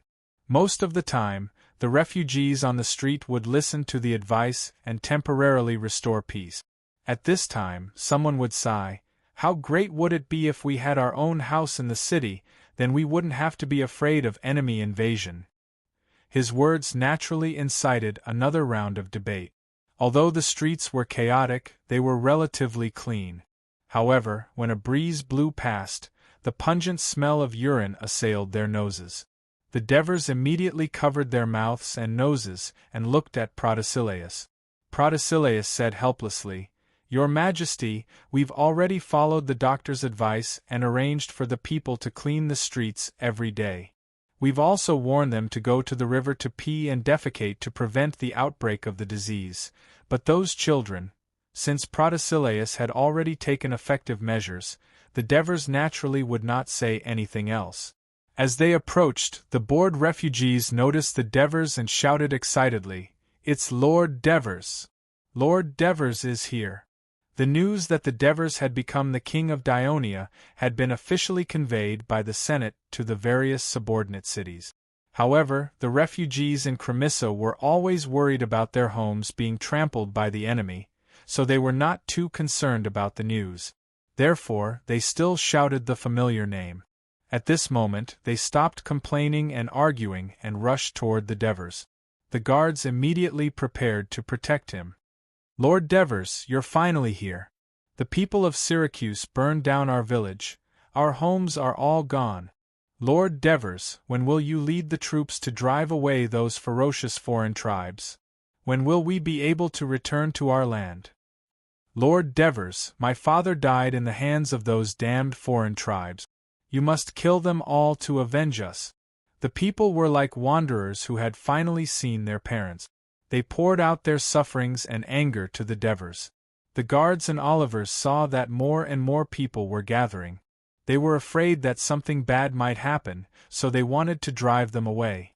The Devers stopped them and listened to their pain with a heavy expression. They comforted them patiently and made a solemn promise that they would defeat the people of Syracuse and help them rebuild their homes. Hinepolis led more than 1,000 Laus soldiers loyal to him out of the mountain path and arrived at the Laus River fortress. After rendezvousing with the 3,000 Lucanian reserve soldiers led by Bagul, they traveled south along the Laus River and soon arrived outside the city of Laus. Here, the military commander of the Bruttii region, Helos, who was temporarily appointed by the Devers, had already replaced Saru, the administrator of Vigo city. He led more than 3,000 Bruttii reserve soldiers to arrive a day earlier and set up camp. The rendezvous of the three troops increased the total strength of Dionia to nearly 8,000. Arabuma, who was in the city, frowned when he heard the news. He regretted that he did not decisively lead his troops out of the city yesterday and defeat the enemies from Bruttii first. At that time, he had his concerns. Although he had gathered 5,000 soldiers in the city of Laus, he knew the combat power of Dionia soldiers well because he had been dealing with Dionia for many years. Unless he led the majority of his troops to attack, he did not have the confidence to defeat them. If he really did that, he was worried that there would be chaos in the city. In the past few days, rumors had spread in the city of Laus. The civilians and slaves were very resentful toward the officials and tribal leaders. There were even a few major conflicts. Moreover, the news of the Syracuse's defeat, that was initially blocked, had spread, which fueled their arrogance. Under such circumstances, how would Arabuma dare to move the main force of his troops out of the city? Therefore, the only thing he could do now was to defend the city of Laus and hope that Syracuse could defeat Dionia on land. Only then could he change the terrible situation in Laus. To this day, he still could not figure out how the powerful navy of Syracuse could lose to the Dionysian fleet that was assembled together. Could it be that the consul Devers of Dionia were really blessed by the gods? Due to Bagul's humility, the command of the three troops was handed over to the former commander of Legio IV, the Senate Senator Helos, who had more experience and was more trusted by the Devers. At this moment, in the newly built tent, Helos, Bagul, and Hinepolis, as well as Hinepolis's most trusted general, Eliandos, were having a discussion. In addition, there was also a special person in the tent. He was the head of the Devers intelligence department, Tratus. He was previously appointed by Chief Aristyras to be in charge of Laus's spy activities on the west coast. After Tratus introduced the actual situation in Laus, It greatly boosted Hilo's and Bagul's confidence in taking down Laos.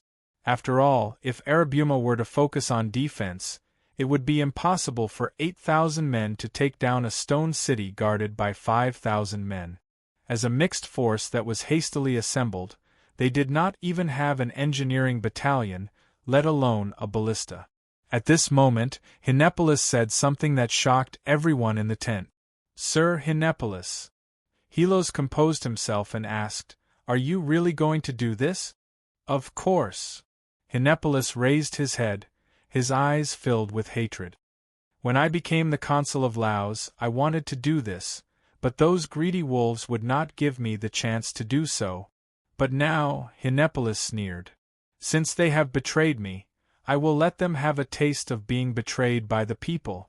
For the rest of the day, the Dionysian army began to build siege equipment, and Tratus contacted his subordinates in the city through a special method.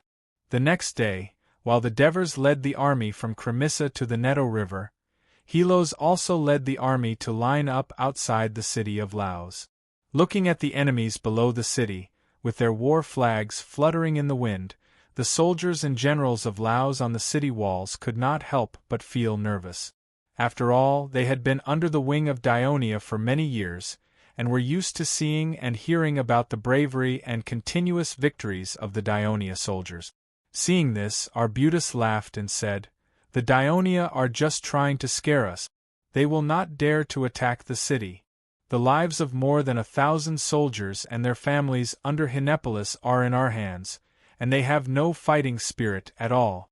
Apart from them, the number of Dionia soldiers is not much more than ours, and we still have the high walls, moats, abatis, and traps. Unless the Dionia are crazy, they will not dare to come and die with their meager forces." Sir Consul is absolutely right. The warriors of Laos are not afraid of any threats. I hope that the Dionia will attack the city, so that we can take the opportunity to defeat them.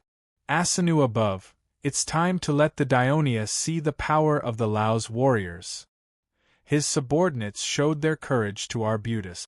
At this moment, more than 20 riders ran out of the Dionia army and stopped less than 100 meters away from the city. The leader shouted, "Warriors of Laos, I am the son of Avanogus, your consul Hinepolis." As soon as his voice fell, more than 20 people repeated his words at the same time, so that the people on the city walls could hear him clearly. "Sir, it's that kid. Let's shoot him." The subordinate's expression changed, and he suggested to Arbutus. Arbutus waved his hand. He had mixed feelings about this nephew of his. He felt guilty for taking away his power, the pain of breaking his brother's promise, the heartache for not living up to his expectations, and the worry that he would act recklessly. Arbutus knew that he had to face this young man bravely and cut off the negative emotions in his heart in order to truly become a qualified ruler of Laos. So he wanted to hear what his nephew had to say first, and then refute him. "Warriors of Laos, we are the descendants of the noble Sabaris people, but for decades we have been slaves of the mutated people. Under the leadership of my father, you who did not want to be slaves rose up and fought back bravely. You drove away the mutated people, and became the masters of Laos." Hinepolis waited for his subordinates to finish speaking, and then he shouted again, "But have you really become the masters of this city? Most of you don't have land, and you can't take up positions in the city-state. You can't participate in the planning of the city-state, and you don't have any political power. Because of your poverty, you have to belong to various clans and tribes to survive. You have to work hard for the officials and leaders, and you have to work hard to graze and grow crops in exchange for a little bit of food. The officials and leaders who don't have to do any work enjoy delicious food, and they occupy positions in the city-state of Laos. They occupy all the land in Laos, and they pass all kinds of laws that help them rule over you. Look at those fat generals and leaders around you. Do you really think that you are the masters of this city? Have you really gained your freedom? Shoot. Shoot now." Arbutus ordered angrily. He did not expect his reckless nephew to expose the secret of their rule over Laos in public. Damn it, that damn Hinepolis! Does he not want our family to rule over this city anymore? Chapter 499. Under the protection of his subordinates, Hinepolis took a deep breath as he dodged the incoming arrows. Using all his strength, he shouted, "I, Hinepolis, the true consul of Laos, solemnly swear in the name of Hades and Asinu that as long as you help me kill these evil rebels, I will distribute land to you and let you have the right to participate in politics, hold public office in the city, and have true freedom." The warriors on the city wall heard it clearly. Land, power, freedom. These were all things they dreamed of. Coming from Hinepolis, most of them felt that it was credible. This was because the rumors that spread in the city a few days ago had let them know that this young man was usurped by the officials and chiefs who wanted to continue to oppress and exploit them because he wanted to improve their situation. Now there was a great commotion among the warriors on the city wall. Even the number of warriors shooting arrows at Hinepolis had greatly decreased. Just as they were discussing and the morale of the army was wavering, the spies that Tratus had arranged in the army shouted, "We want land! We want freedom!" These shouts resonated with everyone, causing even more chaos on the city wall. Seeing this situation, Helos was overjoyed and immediately ordered an attack. The bugle continued to sound, and the soldiers carried ladders and advanced down the city. Not only did the chaos on the city wall not subside, but it also expanded. The chiefs and officers rushed to reprimand the rioting warriors, telling them to focus on defense, or they would be punished. Some of the warriors, under the instigation of some people, beat up these bigwigs who usually treated them like pigs and dogs. Among the more than 5,000 warriors on the city wall of Laos, except for 1/3 of the warriors who were the personal guards of the tribal chiefs and officials, most of the rest were the poor people of the tribes and the poor people of the port.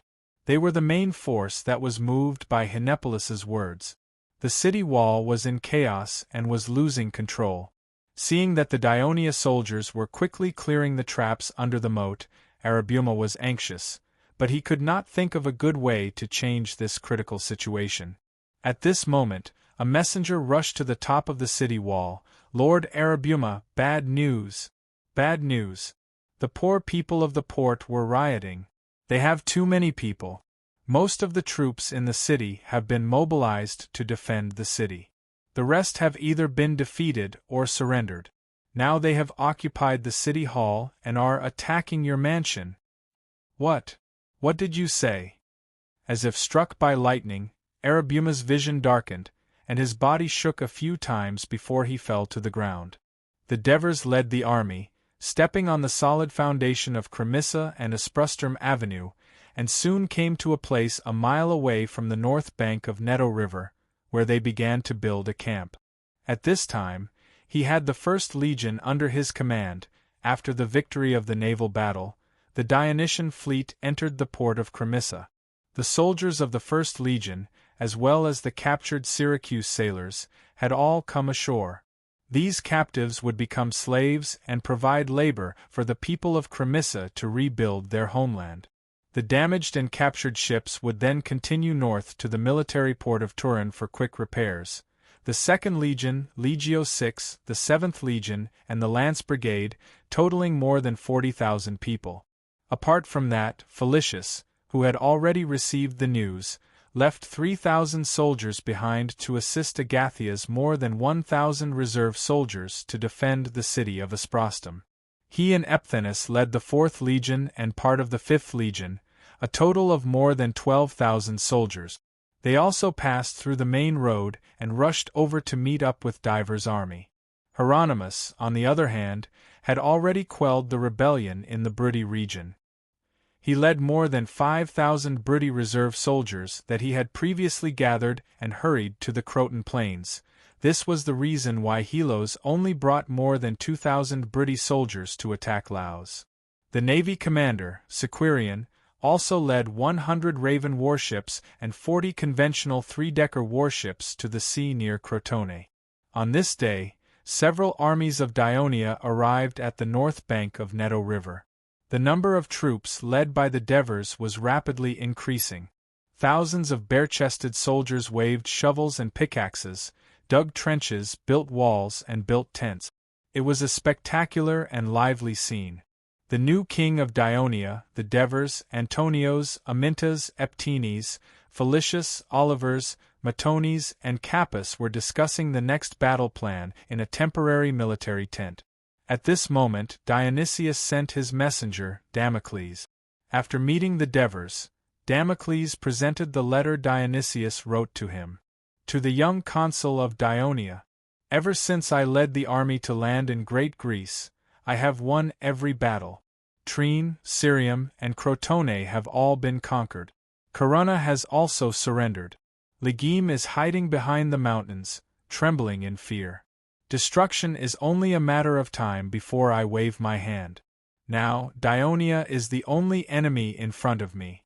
Do you, who is praised by the ignorant great Greeks as the victorious general, have the guts to have a real, face-to-face battle with me?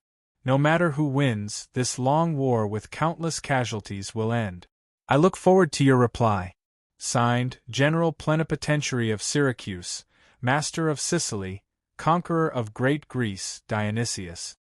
After reading the letter written by Dionysius, the Devers sneered in his heart. This is a letter of challenge from Dionysius? This tyrant really thinks of me as a young and arrogant child.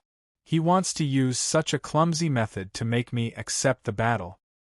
Damocles, the messenger of Syracuse, saw that the Devers looked calm after reading the letter and immediately said, Dear Lord Devers, our General Plenipotentiary has also sent you a gift, but he was stopped by the guards outside the tent. The Devers became interested. He glanced at the guard captain Marcius who was standing beside him. Marcius understood and immediately walked out of the big tent. Soon, he brought in a follower of Syracuse. The follower was holding a beautifully decorated wooden box in his hand. This is the gift from Dionysius?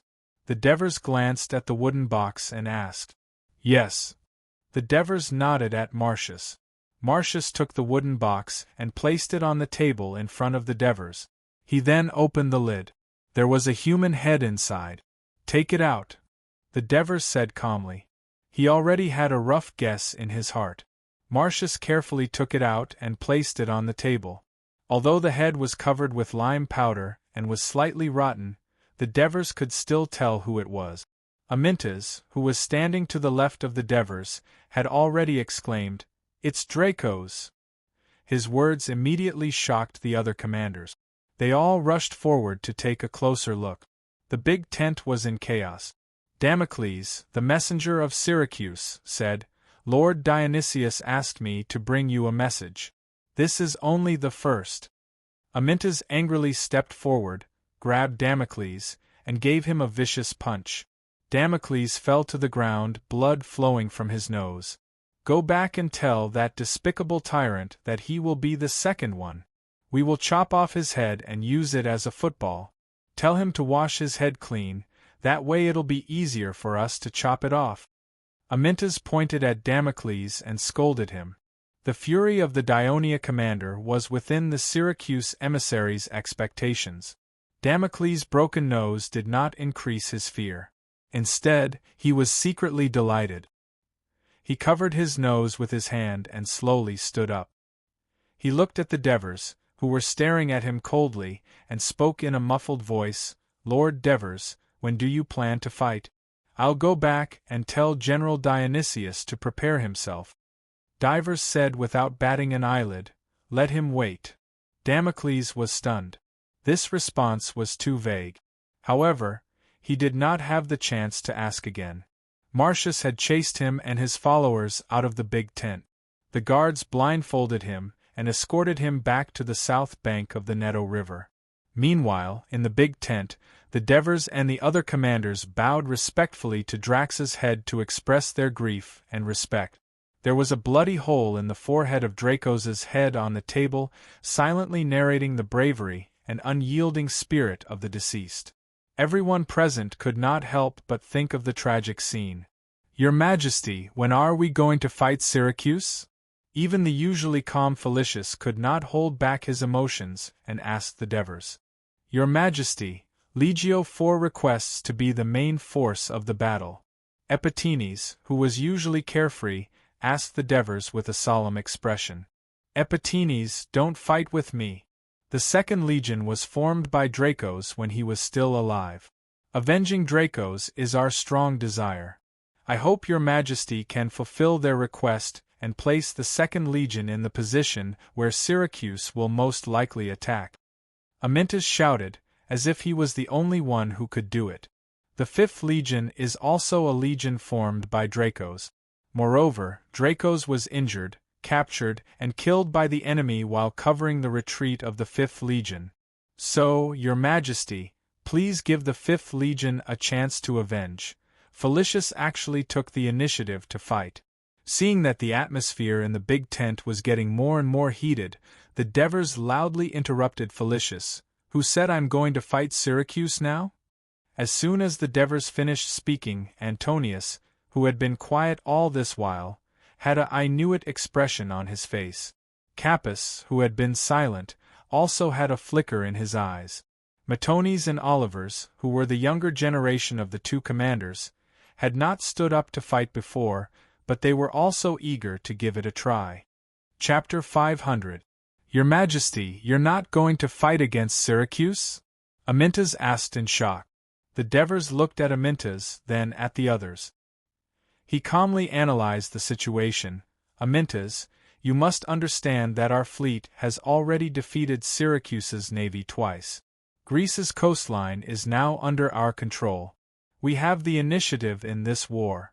We can make full use of the fleet to land at any point on the coast behind the main camp of Syracuse's main army. We can attack their weakly defended cities, cut off their food supply lines, and return the tricks that the Syracuse people used on us before. Even if Dionysius has a larger army than us, he will still be exhausted by our maneuvering and will not be able to use his strength. It's because Dionysius is worried about this that Syracuse is so eager to fight us. They want to use this chance to turn the tide. They've even sent envoys to provoke us. Don't fall for the enemy's trick so easily. Although the Devers' words were directed at Amyntas, he was also informing the other corps commanders about his next step. The tent regained its silence. Everyone was thinking about the Devers' words. Amyntas scratched his head. He asked unwillingly, does that mean we won't fight against Syracuse? The question made the Devers ponder for a moment. He then said, that depends on how the situation develops. We need to be patient and do what we need to do. Hieronymus's troops are still on their way. Helos's troops are still encircling Laos. The spear brigade still needs more training. As long as our plan is carried out, we'll be able to weave a huge net. Syracuse will be the fish in the net. We can control their fate at any time. When that time comes, I'll use Dionysius's head as a sacrifice for Dracos and the warriors. Dionysius listened to the envoy's report in Ciudad Crotone. He was puzzled by the Devers' last words, let him wait. Is the Devers going to discuss with his subordinates before sending an envoy to inform me of the date of the battle? Dionysius tried his best to think in a positive direction. He decided to wait and see. At that moment, the sentinel at the port reported, dozens of Dionia warships have passed Crotone and are heading south. Dionysius's expression changed when he heard this. Following Diver's instructions, Thurian assembled a fleet of 60 ordinary triple-oared warships and led them around the southern coast of Great Greece. He personally led the fleet around the southern coast of Greece, while Mytilades led the main fleet of the Raven warships to seal off the sea between Crotone and Syracuse to monitor the movements of Crotone's army. This was the first time since the establishment of the Dionia alliance that their own fleet had completed a voyage around the coast of Greece. Both Syracuse and every sailor was extremely excited. Before they set off, they put on the sails. Even though it was only a weak south wind, the sails were all raised to the mainmast. The emblem of the alliance, black hair twined around a double thigh, fluttered in the wind. Syracuse's fleet sailed quickly. After circling the Cape of Crotone, it only took them slightly more than an hour to reach the sea near Syracuse. Closer.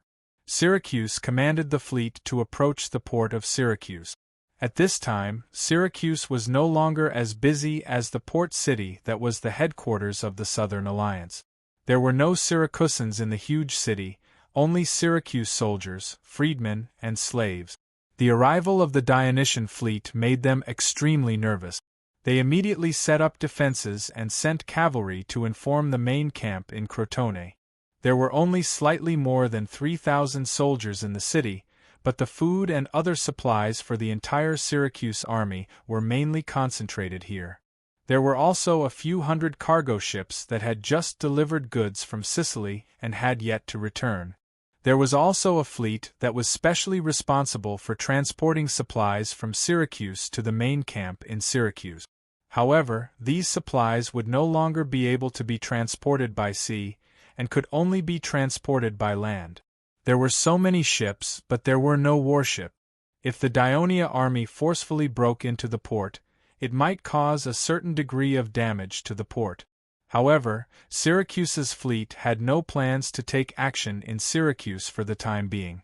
After causing the defenders to break out in cold sweat, they continued to sail south and arrived at Corunna. This time, Syracuse did not make a feint. Instead, he sent a fast ship and requested to enter the port. The Coruñans had already heard the news that the Dionysian fleet had defeated the navy of Syracuse. Apart from being shocked, they were more or less looking forward to it. However, when the Dionysian fleet actually arrived, they were somewhat at a loss. In the end, it was Chief General Fenris who made the final decision. Yes, we must see it. In fact, there was no envoy from Dionia on the fast ship. Instead, the people who received them were handed an open letter from the Devers to the Corunna Council. In the letter, the Devers did not criticize the surrender of Corunna to Syracuse. Instead, they apologized for the forced retreat of the Legion of Dionysia. They expressed deep condolences for the tragic fate of the Syracuse people and anger at the brutality of the people of Syracuse. At the same time, they expressed understanding and gratitude for the choice that Corunna had made in the critical situation at that time. In the letter, the Devers also confidently stated that Dionia had walked out of its predicament and was gathering its army for the final battle against the people of Syracuse. They believed that the final victory would belong to the great Hellenes. The hostages that Corunna was forced to hand over to Syracuse's camp would be safely rescued. They were assured. Fenris read the letter several times. When he handed the letter to the others, his heart was still filled with excitement. He could not help but ask the sailor who delivered the letter, "I heard that Master Devers has become the king of the Dionia Alliance?" "Yes. All the citizens of Dionia believe that only Master Devers can have the protection of Hades to protect our homeland. So, we unanimously elected him as our king. On the second day after he became king, we miraculously defeated the navy of Syracuse, which far outnumbered us. This means that Hades has approved of our choice," the sailor said excitedly. The people around him were also affected and could not help but exclaim in admiration. "A great man like Master Devers should be king." Fenris did not say these words perfunctorily. He was excited from the bottom of his heart. He said solemnly, "Please tell Master Devers that we Coruñans have not forgotten that we are great Hellenes. If Master Devers has any request, as long as it is reasonable, we will do our best to fulfill it. We will not yield to the people of Syracuse." Master Fenris is right. We will not yield to Syracuse. As long as the Dionysian army comes to the Opimia plains again, we will immediately rise up and resist. We will drive these evil Sicilians out of great Hellenes. The others promised one after another. After Fenris discussed with the council again, he immediately wrote a reply to the Devers. In the temporary tent set up by the soldiers of Dionia on the north bank of the Neto River, the rest of the commanders had already left. Only Felicius remained in the tent. Your Majesty, Felicius was so guilty that he wanted to apologize to the Devers. The Devers had already guessed what he was going to say. He spoke first. Felicius, I want to express my sincere gratitude to you. The plan I made in advance seems to be impossible now. Crotone, Trine, and Siltine are not city-states that have joined the alliance of Dionia. How could they easily listen to our command? Moreover, the quality of their soldiers and the level of military training are far inferior to ours. It is impossible for them to complete the mission of sealing the people of Syracuse in Carunia south of the Ramato River in such a wide area in such a short time. Moreover, we have all underestimated the army of Syracuse. This is also an army with a strong commander, strict training, and swift actions. Their usurper, Dionysius, is not simple either. Before the battle, he carried out a brilliant tactical deception, allowing more than 20,000 soldiers to move from Carunia south to Hyhernion without being noticed. Also, before the battle, he decisively appointed the people of Sparta as the general of the army, and successfully resisted the onslaught of your left flank. Finally, he seized the opportunity and sent in reinforcements. Your defeat in this battle is not to be blamed. The Battle of the Ramato River had been over for a long time, and the entire process of the battle had already been heard by Aristiras. Felicius understood this, but he continued to speak guiltily. Your Majesty, if I could stick to my own opinion, this battle could have been avoided. But no, this battle is unavoidable. The Devers said with certainty. You think it can be avoided because you are thinking from the perspective of the people of Dionia. But for the people of Siltine and Trine, if they have the power to fight against the people of Syracuse, will they allow the people of Syracuse to loot and burn in their homeland instead of attacking? Of course not. Chapter 501. The Devers sighed and placed his hands on Felicius' shoulders. He said sincerely, even if I were facing Syracuse's military advantage, with the ocean under their control, and with a terrifying opponent like Dionysius as their commander, I would still lose in such a terrible situation. Furthermore, you managed to protect the majority of the soldiers of 2 legions. At the same time, you cooperated with Crotone to hold on until reinforcements arrived, giving us hope of turning defeat into victory. I'm not the only one who should thank you. The entire Dionia should thank you. These words made Felicius' eyes brim with tears of relief. Dracos' death is not your fault. I know him. He's never one to admit defeat. Whether it was taking the initiative to cover the retreat and getting captured, or crashing into the ground and dying, it was the choice he thought was the best. All we can do is capture Dionysius and use his head as a sacrifice to Dracos' spirit. Yes. Yes. Felicius nodded. How are the soldiers of the 5th Legion feeling? The Devers asked with concern. The 5th Legion was a legion made up of Brutians. The soldiers had personally witnessed the death of the legion's commander, who had single-handedly created it. Moreover, the Brutian region was in turmoil during this period of time. Divers was naturally worried about their condition. The soldiers can't wait to fight with Syracuse and avenge Dracos. Felicius answered immediately. That's good. The Devers encouraged him. I met your wife when I left Thurii. She asked me to bring you a message. She and her child are doing well. I hope you can lead the soldiers to drive the enemy out of Greece as soon as possible. When Felicius arrived, he was depressed. His head was lowered and his body was shrunken. However, when he left, he was relaxed and took large strides.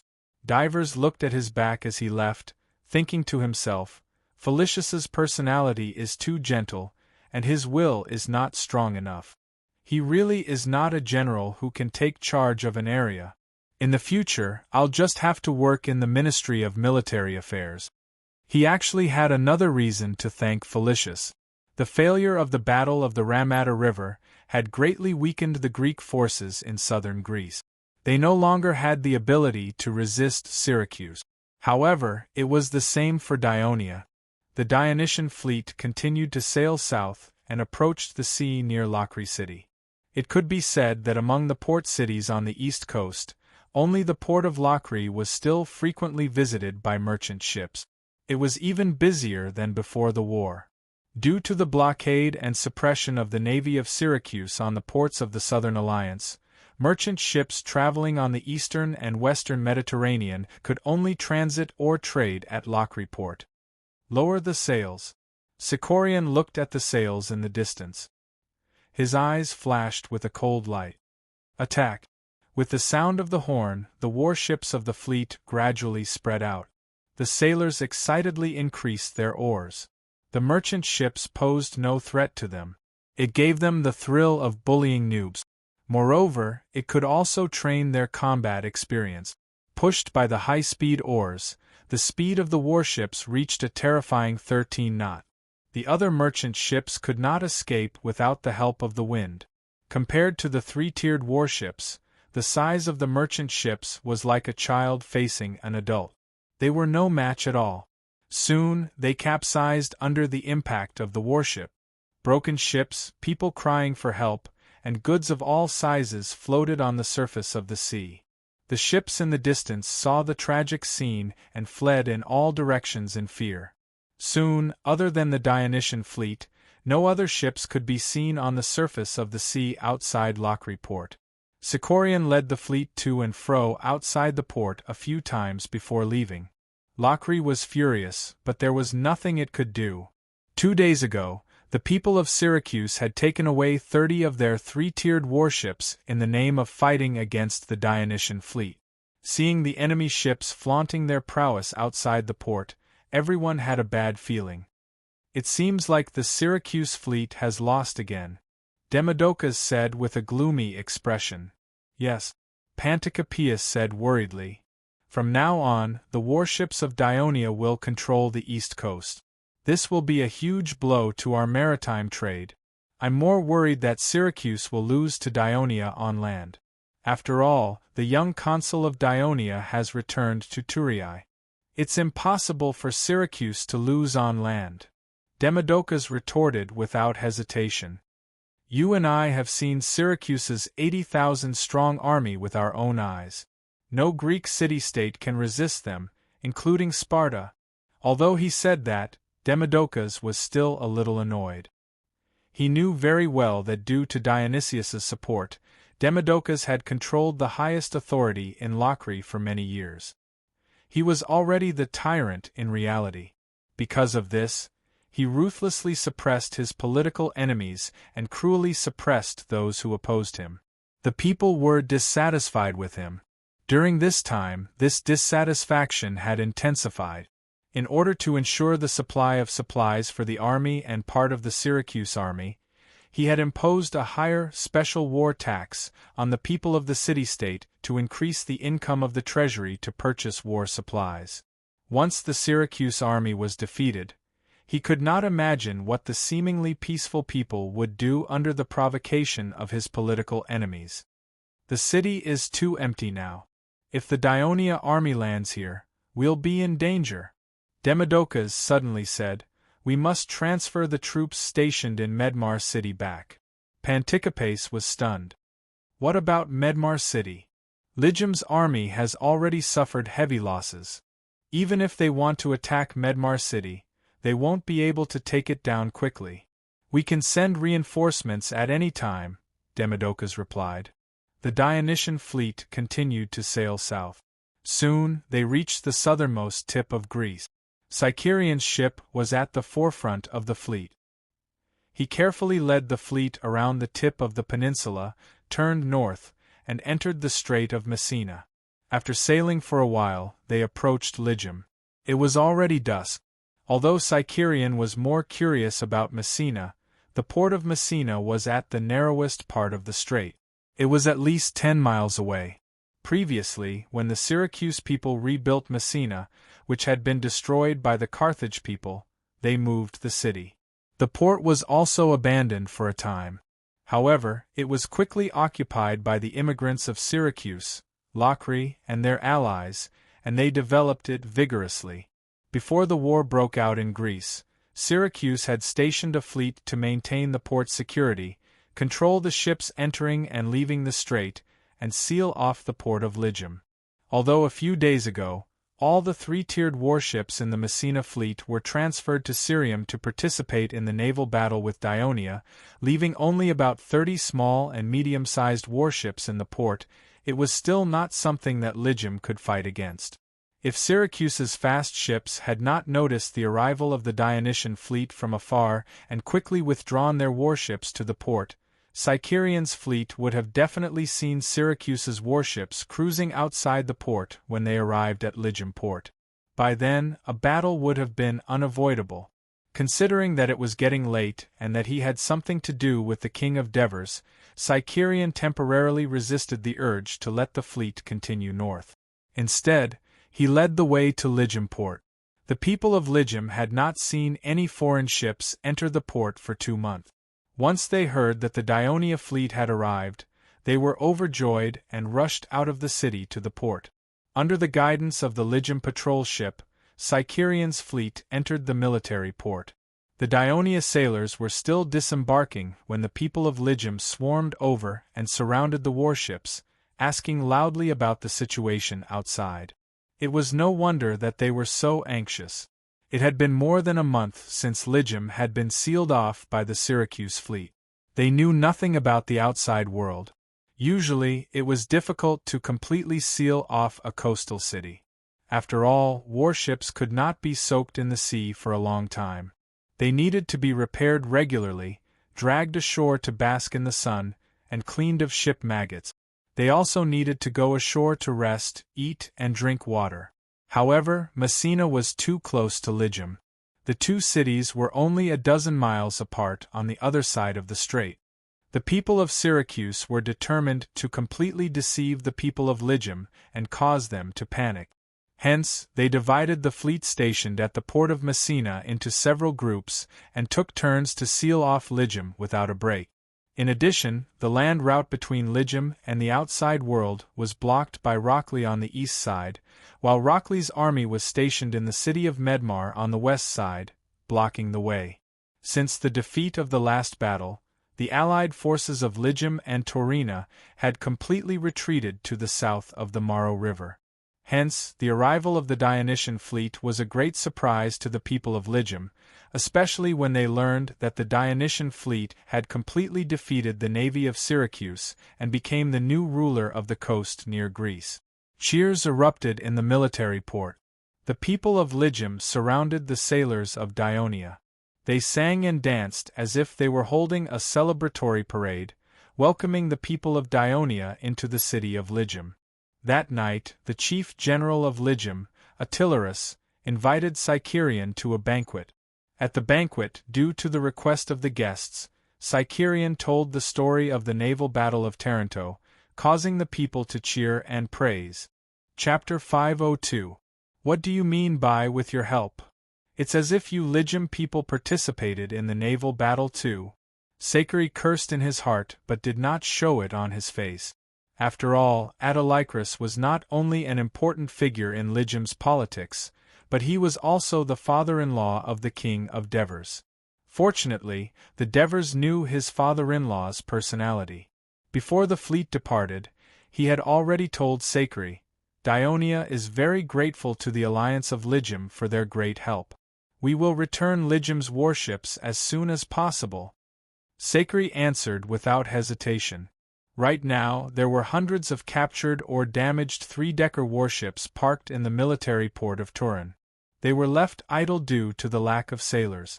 There were so many warships that the military port could no longer accommodate them, so some of them had to be moved to the commercial port.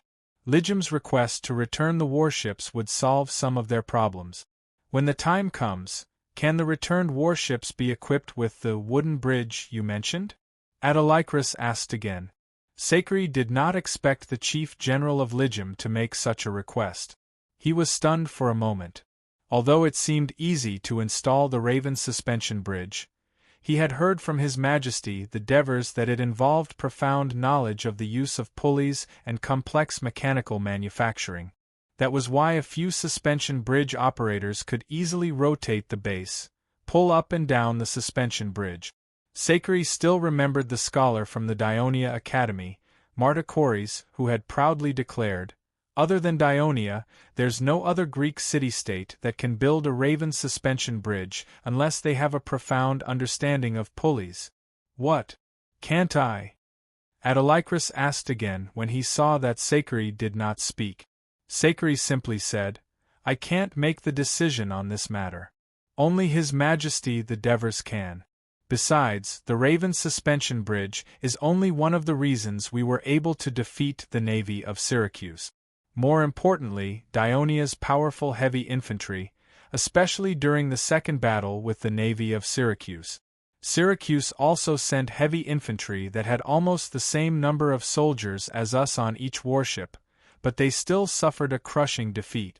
As he spoke, Sakari went straight to the point. "Dionia and Lygium are allies. With our protection at sea, Lygium will not be attacked by the enemy from the sea. There's no need to spend money and equip the navy." Autolycus's expression darkened when he heard this. He stared at Sakari and said angrily, "In the letter to me, the Devers hoped that Lygium could send troops to Hyhernion or other places in southern Greece to attack with your fleet to attract and restrain the Syracuse army and create conditions for your attack on land. However," Autolycus's expression darkened, "previously, in order to help you, the people of Lygium took the initiative to attack Medmar and suffered heavy losses. We no longer have the strength to carry out such a risky operation. Please tell the Devers that we are truly sorry. Since Dionia is already so powerful, it is completely capable of defeating the people of Syracuse on its own." With that, he stood up. "I still have something to do. Enjoy your meal." Autolycus actually left the hall and left just like that. The guests looked at each other, and Sakari felt even more awkward. It was supposed to be a lively banquet, but it ended on such a sour note. In the evening, in the backyard of Autolycus's mansion, Alcibiades criticized him. "Father, your behavior at the banquet today was too extreme. You left a bad impression on the visiting people of Dionia. If they return home and spread the news, not only will it affect Agnes, it will also affect our business in the Thurii shipyard. Do you think I was angry because of that lowly person of Dionia?" Autolycus's anger at the banquet had long since disappeared. He said to his son with a profound meaning, "I did it for my son-in-law to see." "For the Devers to see? What do you mean?" Alcibiades looked puzzled. Autolycus felt helpless. As an ancient immigrant family of Lygium that had once ruled the city for decades, his family had always held an important position in Lygium's politics. However, his two children did not know what was going on. They did not have any political talent that was passed down in their family. His daughter, Agnes, married the consul of Dionia. Oh, now the king of Dionia. She was lucky enough to become a concubine, and she was also an influential priestess of the temple of Hera in Thurii. She had a respectable status, but she was simple-minded from a young age, and was no match for the shrewd and capable concubine. His son, Alcibiades, was shrewd, but he used it all in business and had no interest in politics. His current position as a general was forced upon him by Autolycus. Although Alcibiades had always been indifferent to politics, as the successor of Autolycus's career, he would often advise him, hoping that one day he would come to his senses. This time was no exception. Now that the people of Syracuse have lost the sea, it seems that it will be difficult for them to recapture it in a short period of time. As long as the people of Dionia respond appropriately, they will not lose this war. Then, when the people of Syracuse retreat back to Sicily, the alliance of Dionia, which did not suffer too many losses in this war, will definitely become the unshakable overlord of Greater Greece. We, Lygium, do not want to become their vassal, so we must make our voice heard. There is nothing wrong with becoming a vassal of Dionia, Alcibiades said disapprovingly. Only by becoming a vassal will there be trade benefits. The territory of Dionia is already so big now, and according to what you said, It will be even bigger in the future. This will be even more helpful to my family's trade. Moreover, my brother-in-law is the ruler of this powerful country. Will my sister let me suffer losses? Autolycus did not expect his lazy son to have such thoughts. He was a little angry for a moment, but it quickly turned into helplessness, because he vaguely felt that Alcibiades was not the only one in Lygum who had such thoughts. Since the alliance between Lygum and Dionia, not only was its safety guaranteed, it had also benefited greatly in terms of trade. Because of the environment, Lygum had more merchants than farmers, causing the people of Lygum to be very tactful. It was very likely that they would give up the independence of the city-state for their own interests.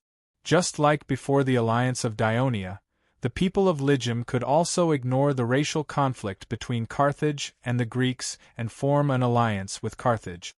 This was not only to fight against Syracuse, but also to attract the huge trade market of Carthage. Even if we become a vassal, we must become a vassal with strength. Only then will we be valued by Dionia. Autolycus suddenly felt a little discouraged. He sighed and turned to remind his son, "Do you know why I insist on those warships that only belong to Dionia?" "Why?" "Messina."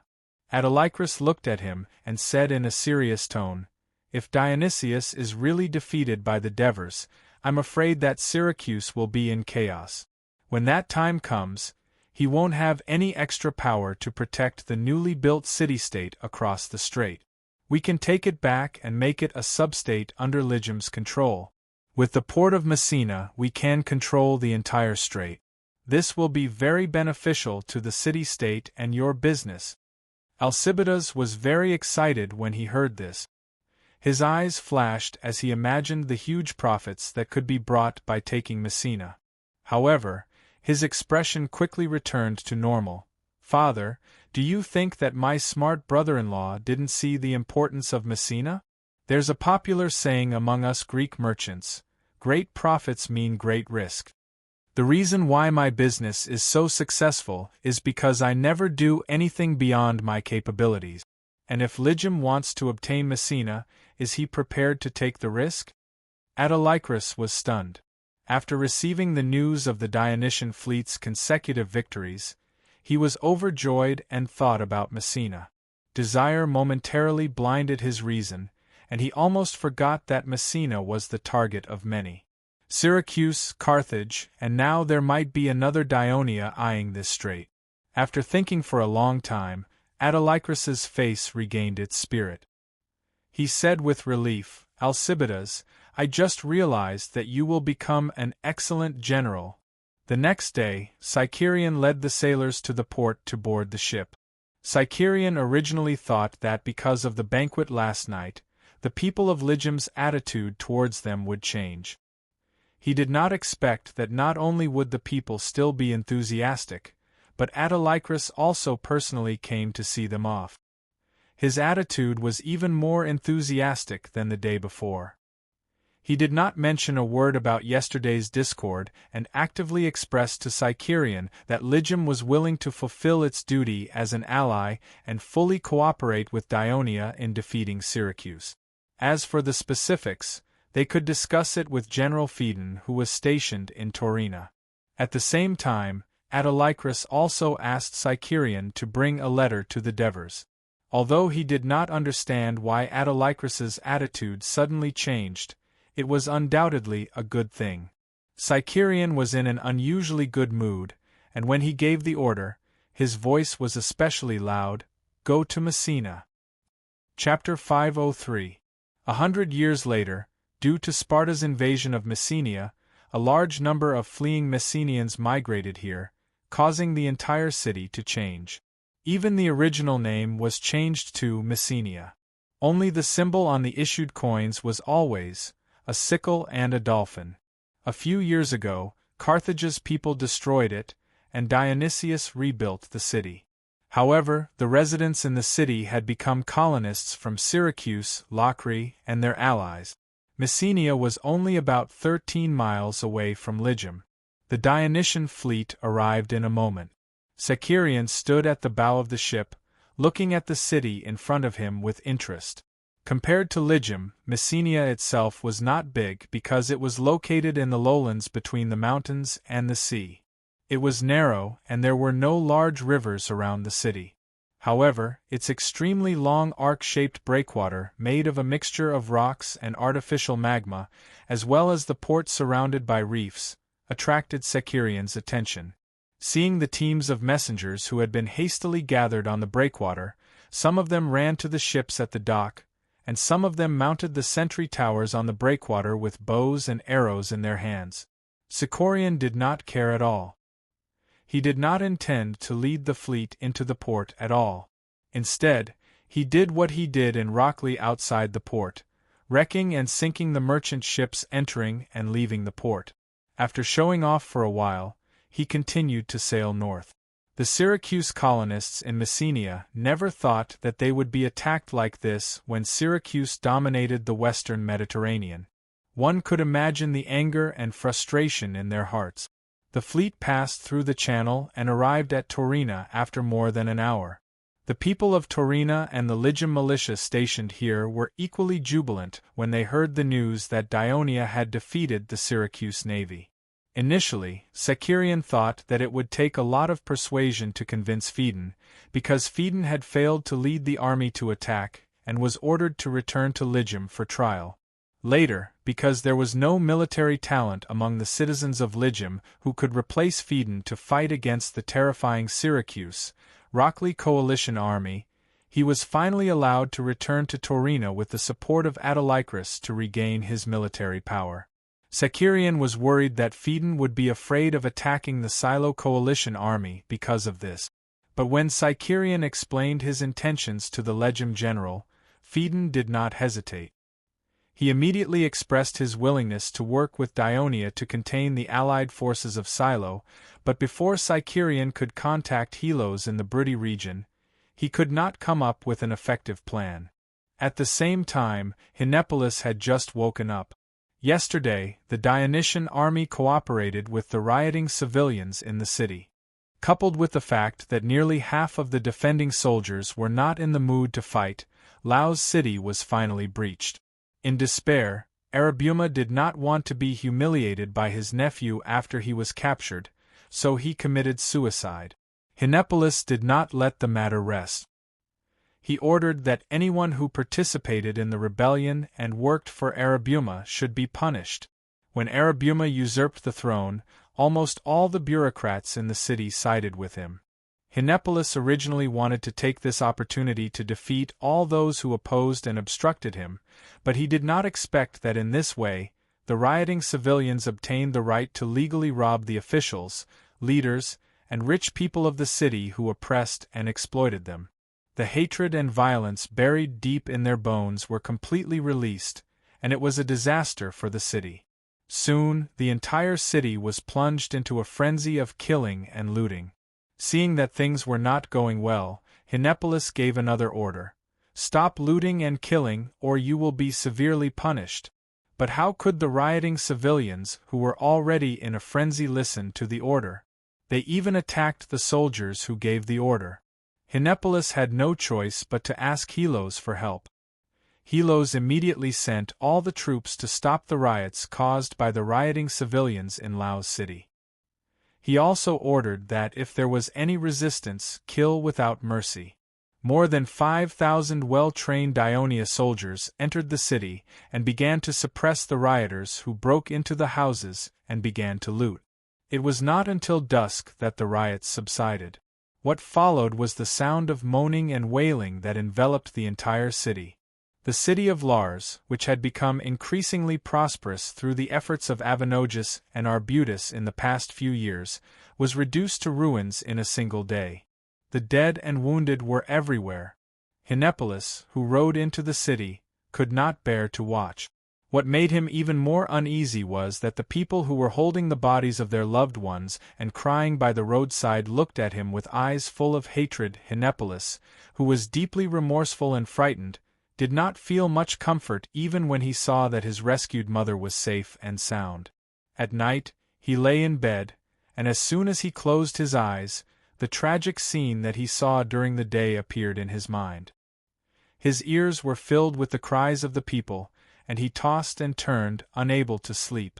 It was not until dawn that he fell asleep due to excessive fatigue. He only woke up at noon, so he had breakfast and lunch together. His mother also dined with him. Although Arabuma had rebelled, he only put his brother's widow under house arrest. The other treatment was the same as usual, so the woman was not hurt. She was only worried about her son's safety.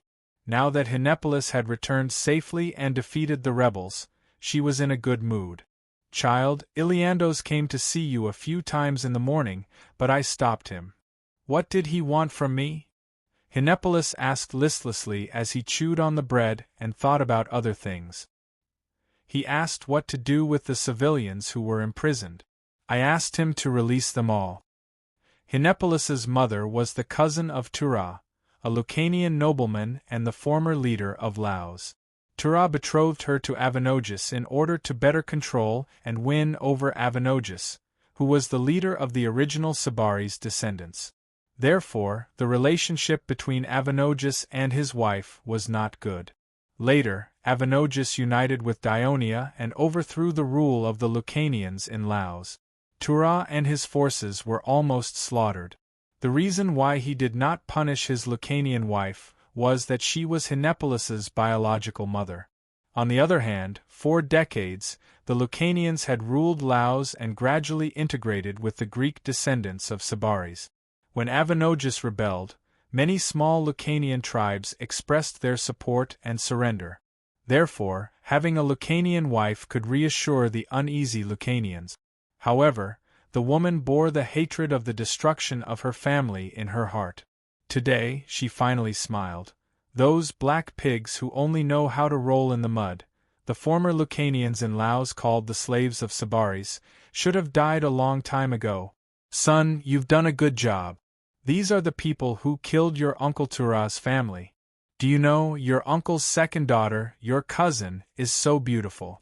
I made an agreement with Tula that she would be your wife in the future, but those damnable—" "Enough!" Hinepolis suddenly smashed the wooden glass filled with wine on the ground. The wine splashed everywhere. The woman was shocked. "I'm full." Hinepolis stood up. Without looking at his mother, he turned around and walked out. "Henny!" the woman called out pitifully. Hinepolis did not look back. He was holding back his anger. He punished the officials and tribal leaders who helped Orobomus usurp the throne, not to avenge their betrayal, but to build a better political system, a system like Dionia where everyone owned land and had the right to participate in politics. He was different from his mother who hated the people of Laos. But when he thought of the corpses all over the ground and the pairs of hateful eyes, his anger immediately dissipated. He began to doubt himself again. Did I really do something wrong? Just as Arabmas said, I've been too extreme in my actions? Orobomus. Hinepolis remembered that when he saw his only uncle's corpse last night, he did not feel any joy of revenge. Instead, his mind was filled with the scene of his uncle playing with him when he was young. It made him feel empty and lost. He wandered aimlessly and finally came to the city hall that was next to his house. There was a beautiful chair in the center of the city hall. He walked up to it and sat down slowly, facing the circular stone benches in front of him. This hall was built by Hinepolis's father 3 years ago with reference to the Greek city-states.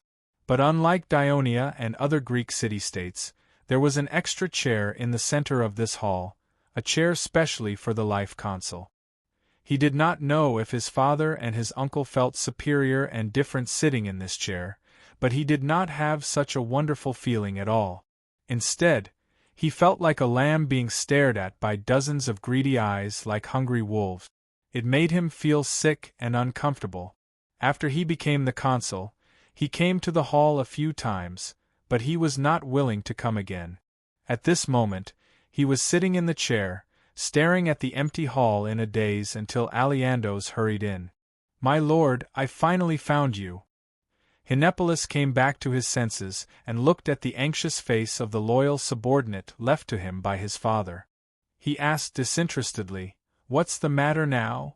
Those poor people who were released are not willing to leave. Instead, they are asking when you will honor the promise you made, my lord. Aliandos's words made Hinepolis inexplicably angry. Honor? They want me to honor my promise. Look at what they have done.